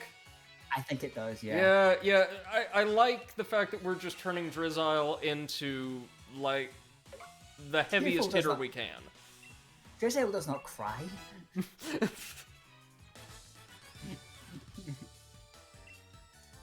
He's only refueling himself. Drizzile just waits for his opponents to start priming an attack and then treats them like, or does them like Indiana Jones to that swordsman in the first film, right? Yeah, just boom. Pin Missile? I assume that's a reliable bug move? It's kind of the same as Rock Blast. Yeah, okay, that's alright. We're getting some decent TMs. Yeah. Nothing great. Oh, by the way, in earlier gens, Leech Life was worthless. In this gen, it's actually really good. Oh, nice. They buffed it hard in Gen 7. It went from 20 power to 70 power. Oh my god. I know. We got one more field to fight through. And we may cut it at the Poke Center here, if only to start up either tomorrow or the next day's stream with a gym challenge. Yeah, and the gym challenges they're not super involved, but they're not quite, even for the first gym, it's not quite block levels. It's nowhere near as simple as gyms were in, like, say, Gens 1 through 3. Yeah, we just run up to the trainer and go, hello. Oh, this is a very cool looking Pokemon. Well, No City, yeah. Okay. Do we try out our... No, I'll save that for fairly close situations. We're gonna stick with the old reliable today. End it! Boom.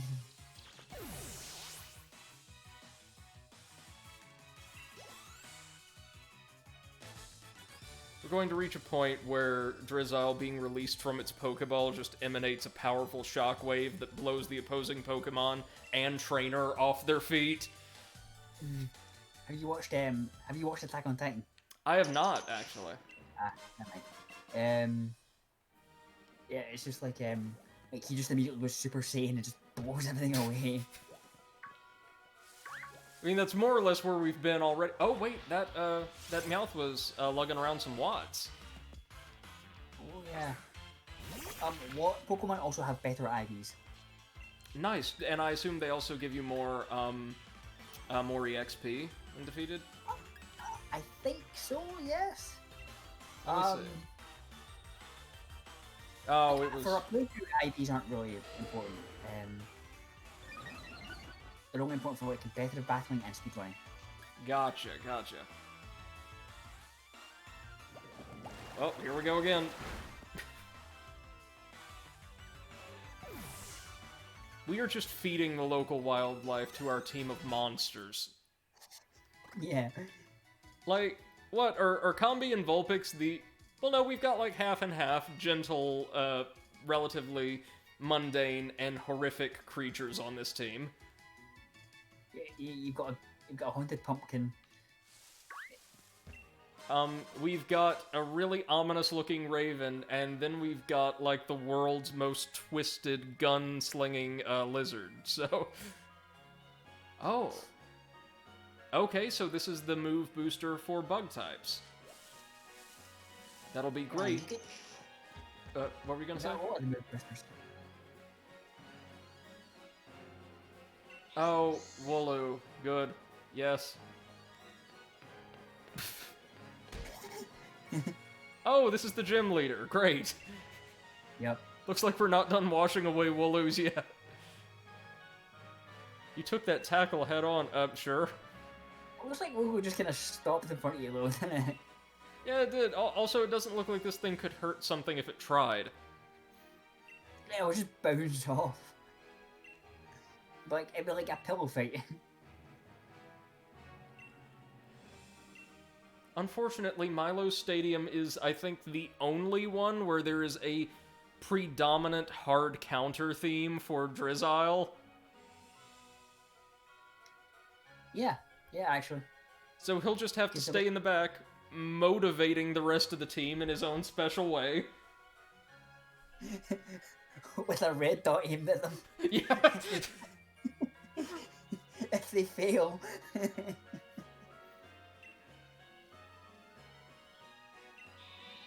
Well, at least we know he's got... Wooloo is either on his team or is his ace. And I think we can deal with it either or. This is a interesting, fairly small little town, isn't it? Yeah, it's a farming town, so most of it, the houses aren't really populated. And it looked like on the map from here we can just head straight east to the Water Gems city. Mm-hmm. Oh no, Hop, what do you want us to do?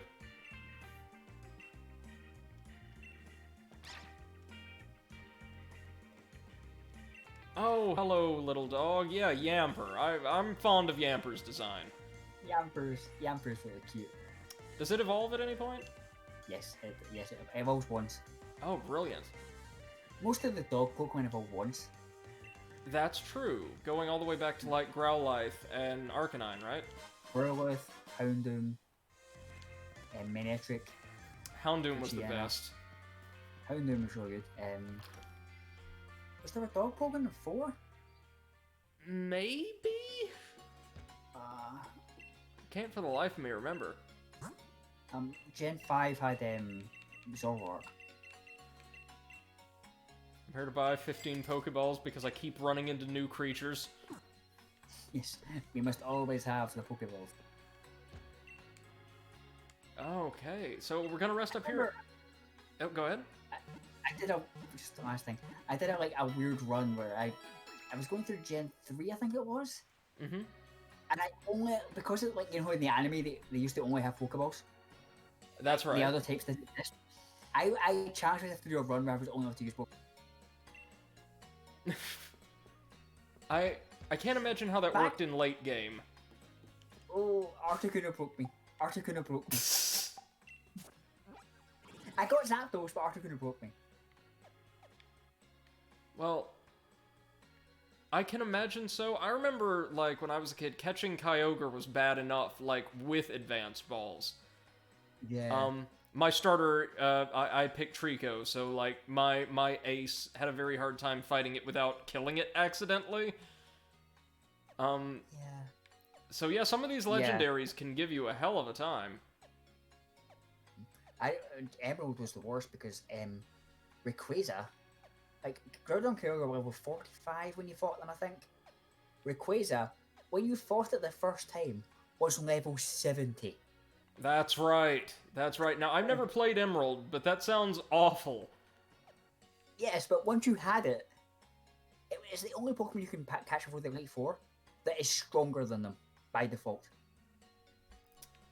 Really now? And it rinses the Elite Four. It's not even a contest. All right. So looking at our map really quickly, man. It said first off, I think either you or Spanners told us the other day that like the game starts in alternate universe Scotland, more or less. Or no, Spanners did, I think. Spanners did, yeah. It's basically Scotland. So are we starting at the top of Great Britain and working our way down to like London and the surrounding environs, more or less? Maybe, but the snowy mountains would kind of make me think of the Highlands. Right. No, exactly. I'm thrown off by like the frozen region over here, and then like some kind of peaceful grassland just north of it. Yeah, because Scotland doesn't have a frozen region. Like, No. we're quite mild, and England's even milder.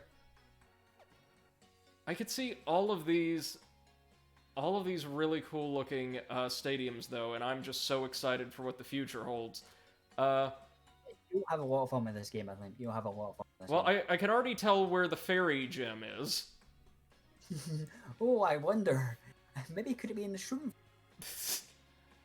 This is great. This game looks like the world, the different environments have a lot more personality than maybe we're used to seeing from Pokemon games. Of late. Not of late, but I mean, like, certainly the generations I'm used to, like 2 through 4.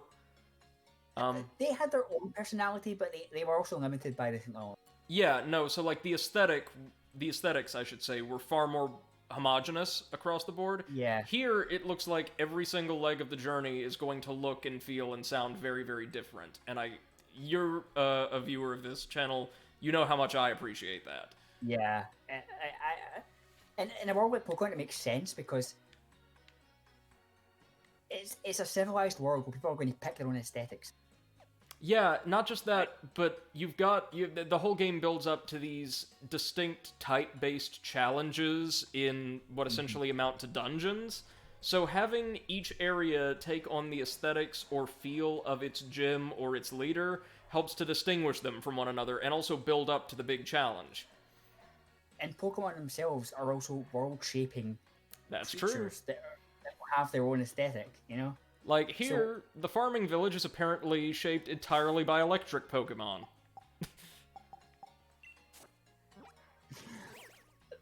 Yeah, that might be a coincidence, but I know what you... And, geez, we've got 44 Pokemon already. There's a 400 in this game. Goodness. They removed a lot, which is contentious. Oh, believe me, I know. Contentious? People in the fan base seemed furious, and I was expecting like, oh, there's not going to be hardly anything from the previous gens in this game. No, they got 400 Pokemon. That's enough. There was a lot, but I will say, like, the issue they ran into was you're always going to be leaving a favorite. That's true. That is true. That's the big issue, I think, with like leaving some out. It's like you're going to be leaving out someone's favorite. I think it makes sense to me, though, if only because creating a largely new ecosystem for each generation or each setting will help them feel more mechanically and aesthetically distinct. So, like, the ones they brought over, like the two we see bouncing on the screen right now, are, like, longtime franchise favorites. Like, most people's most favorite Pokemon made it into this game. And that's something I can get behind. Now, granted, I would be rioting in the streets if Esper wasn't in this game, but I know we're good there. Yeah. I'm fine with them not being in the game. My issue is you not being able to port them into the game. Because they didn't like design models for them. Yeah. Yeah. Obviously they did, because you can get the either got more with the DLC. But it's just like Pokemon. No Pokemon game has ever had every Pokemon. No. And that's fine. But if I had them in older gens, just let me bring them up. No, that's fair. Or as part of like a DLC, free DLC tool or something like that. Oh yeah, the tool's not even free, by the way. Oh, of course it's not. No, that's another thing where it's kind of like Pokemon. You're getting kind of dodgy. You're, I think, I love Pokemon, but like they're riding a bit too high on previous success. I mean, I can see like the cliff's edge they're approaching when it comes to the business model. The quality has stayed consistently high, though, if this is any indication. The quality, like the quality is getting better, but I think they're going to need to shake it up a bit soon. Oh, I gotcha. I'm hoping for more games personally in this vein. Like, again, with the new camera positioning, with the new art style, kind of this new feel to the world of participating in a professional sports league. I really like that. I hope they take it and apply it maybe to some other cultures, some other settings.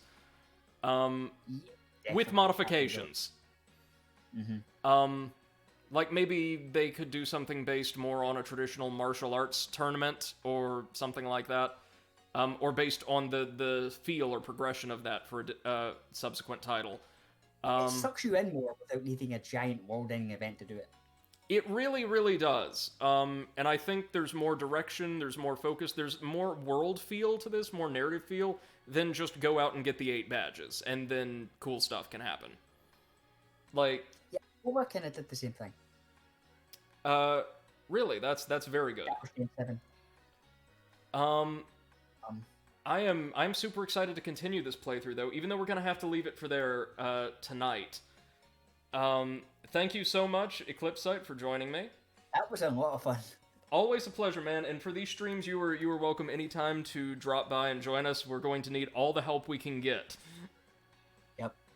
And, come next stream, we're going to challenge Milo's Grass Gym with, not the power of Drizzile for once, but Vulpix instead is going to take center stage. And Dottler and Corby. Yes, Dottler as well. Well, and Corby Squire, you've got 4 Pokemon here this gym. I think they'll be fine. Yeah, no, we're going to miss our mascot. Yeah. And he's never going to miss anyone ever again. No. Drizzile is horrible in all the right ways as a character, I think. I feel like he's going to become a permanent stream fixture. Oh yeah, no, definitely. I don't often force memes, but I think I may have to in this case. I love this creature. It must be a meme. Alright. Until next time, ladies and gentlemen, thank you all so much for joining us. We'll be back in a day or two with a continuation of Pokemon Sword. As I said, we're going to keep going continuously till we clear at least 1 gym, then we might mix it up just a little. Thanks once more to Eclipse for joining us, and we will see you next time. Bye-bye. Thanks for having me. Bye-bye.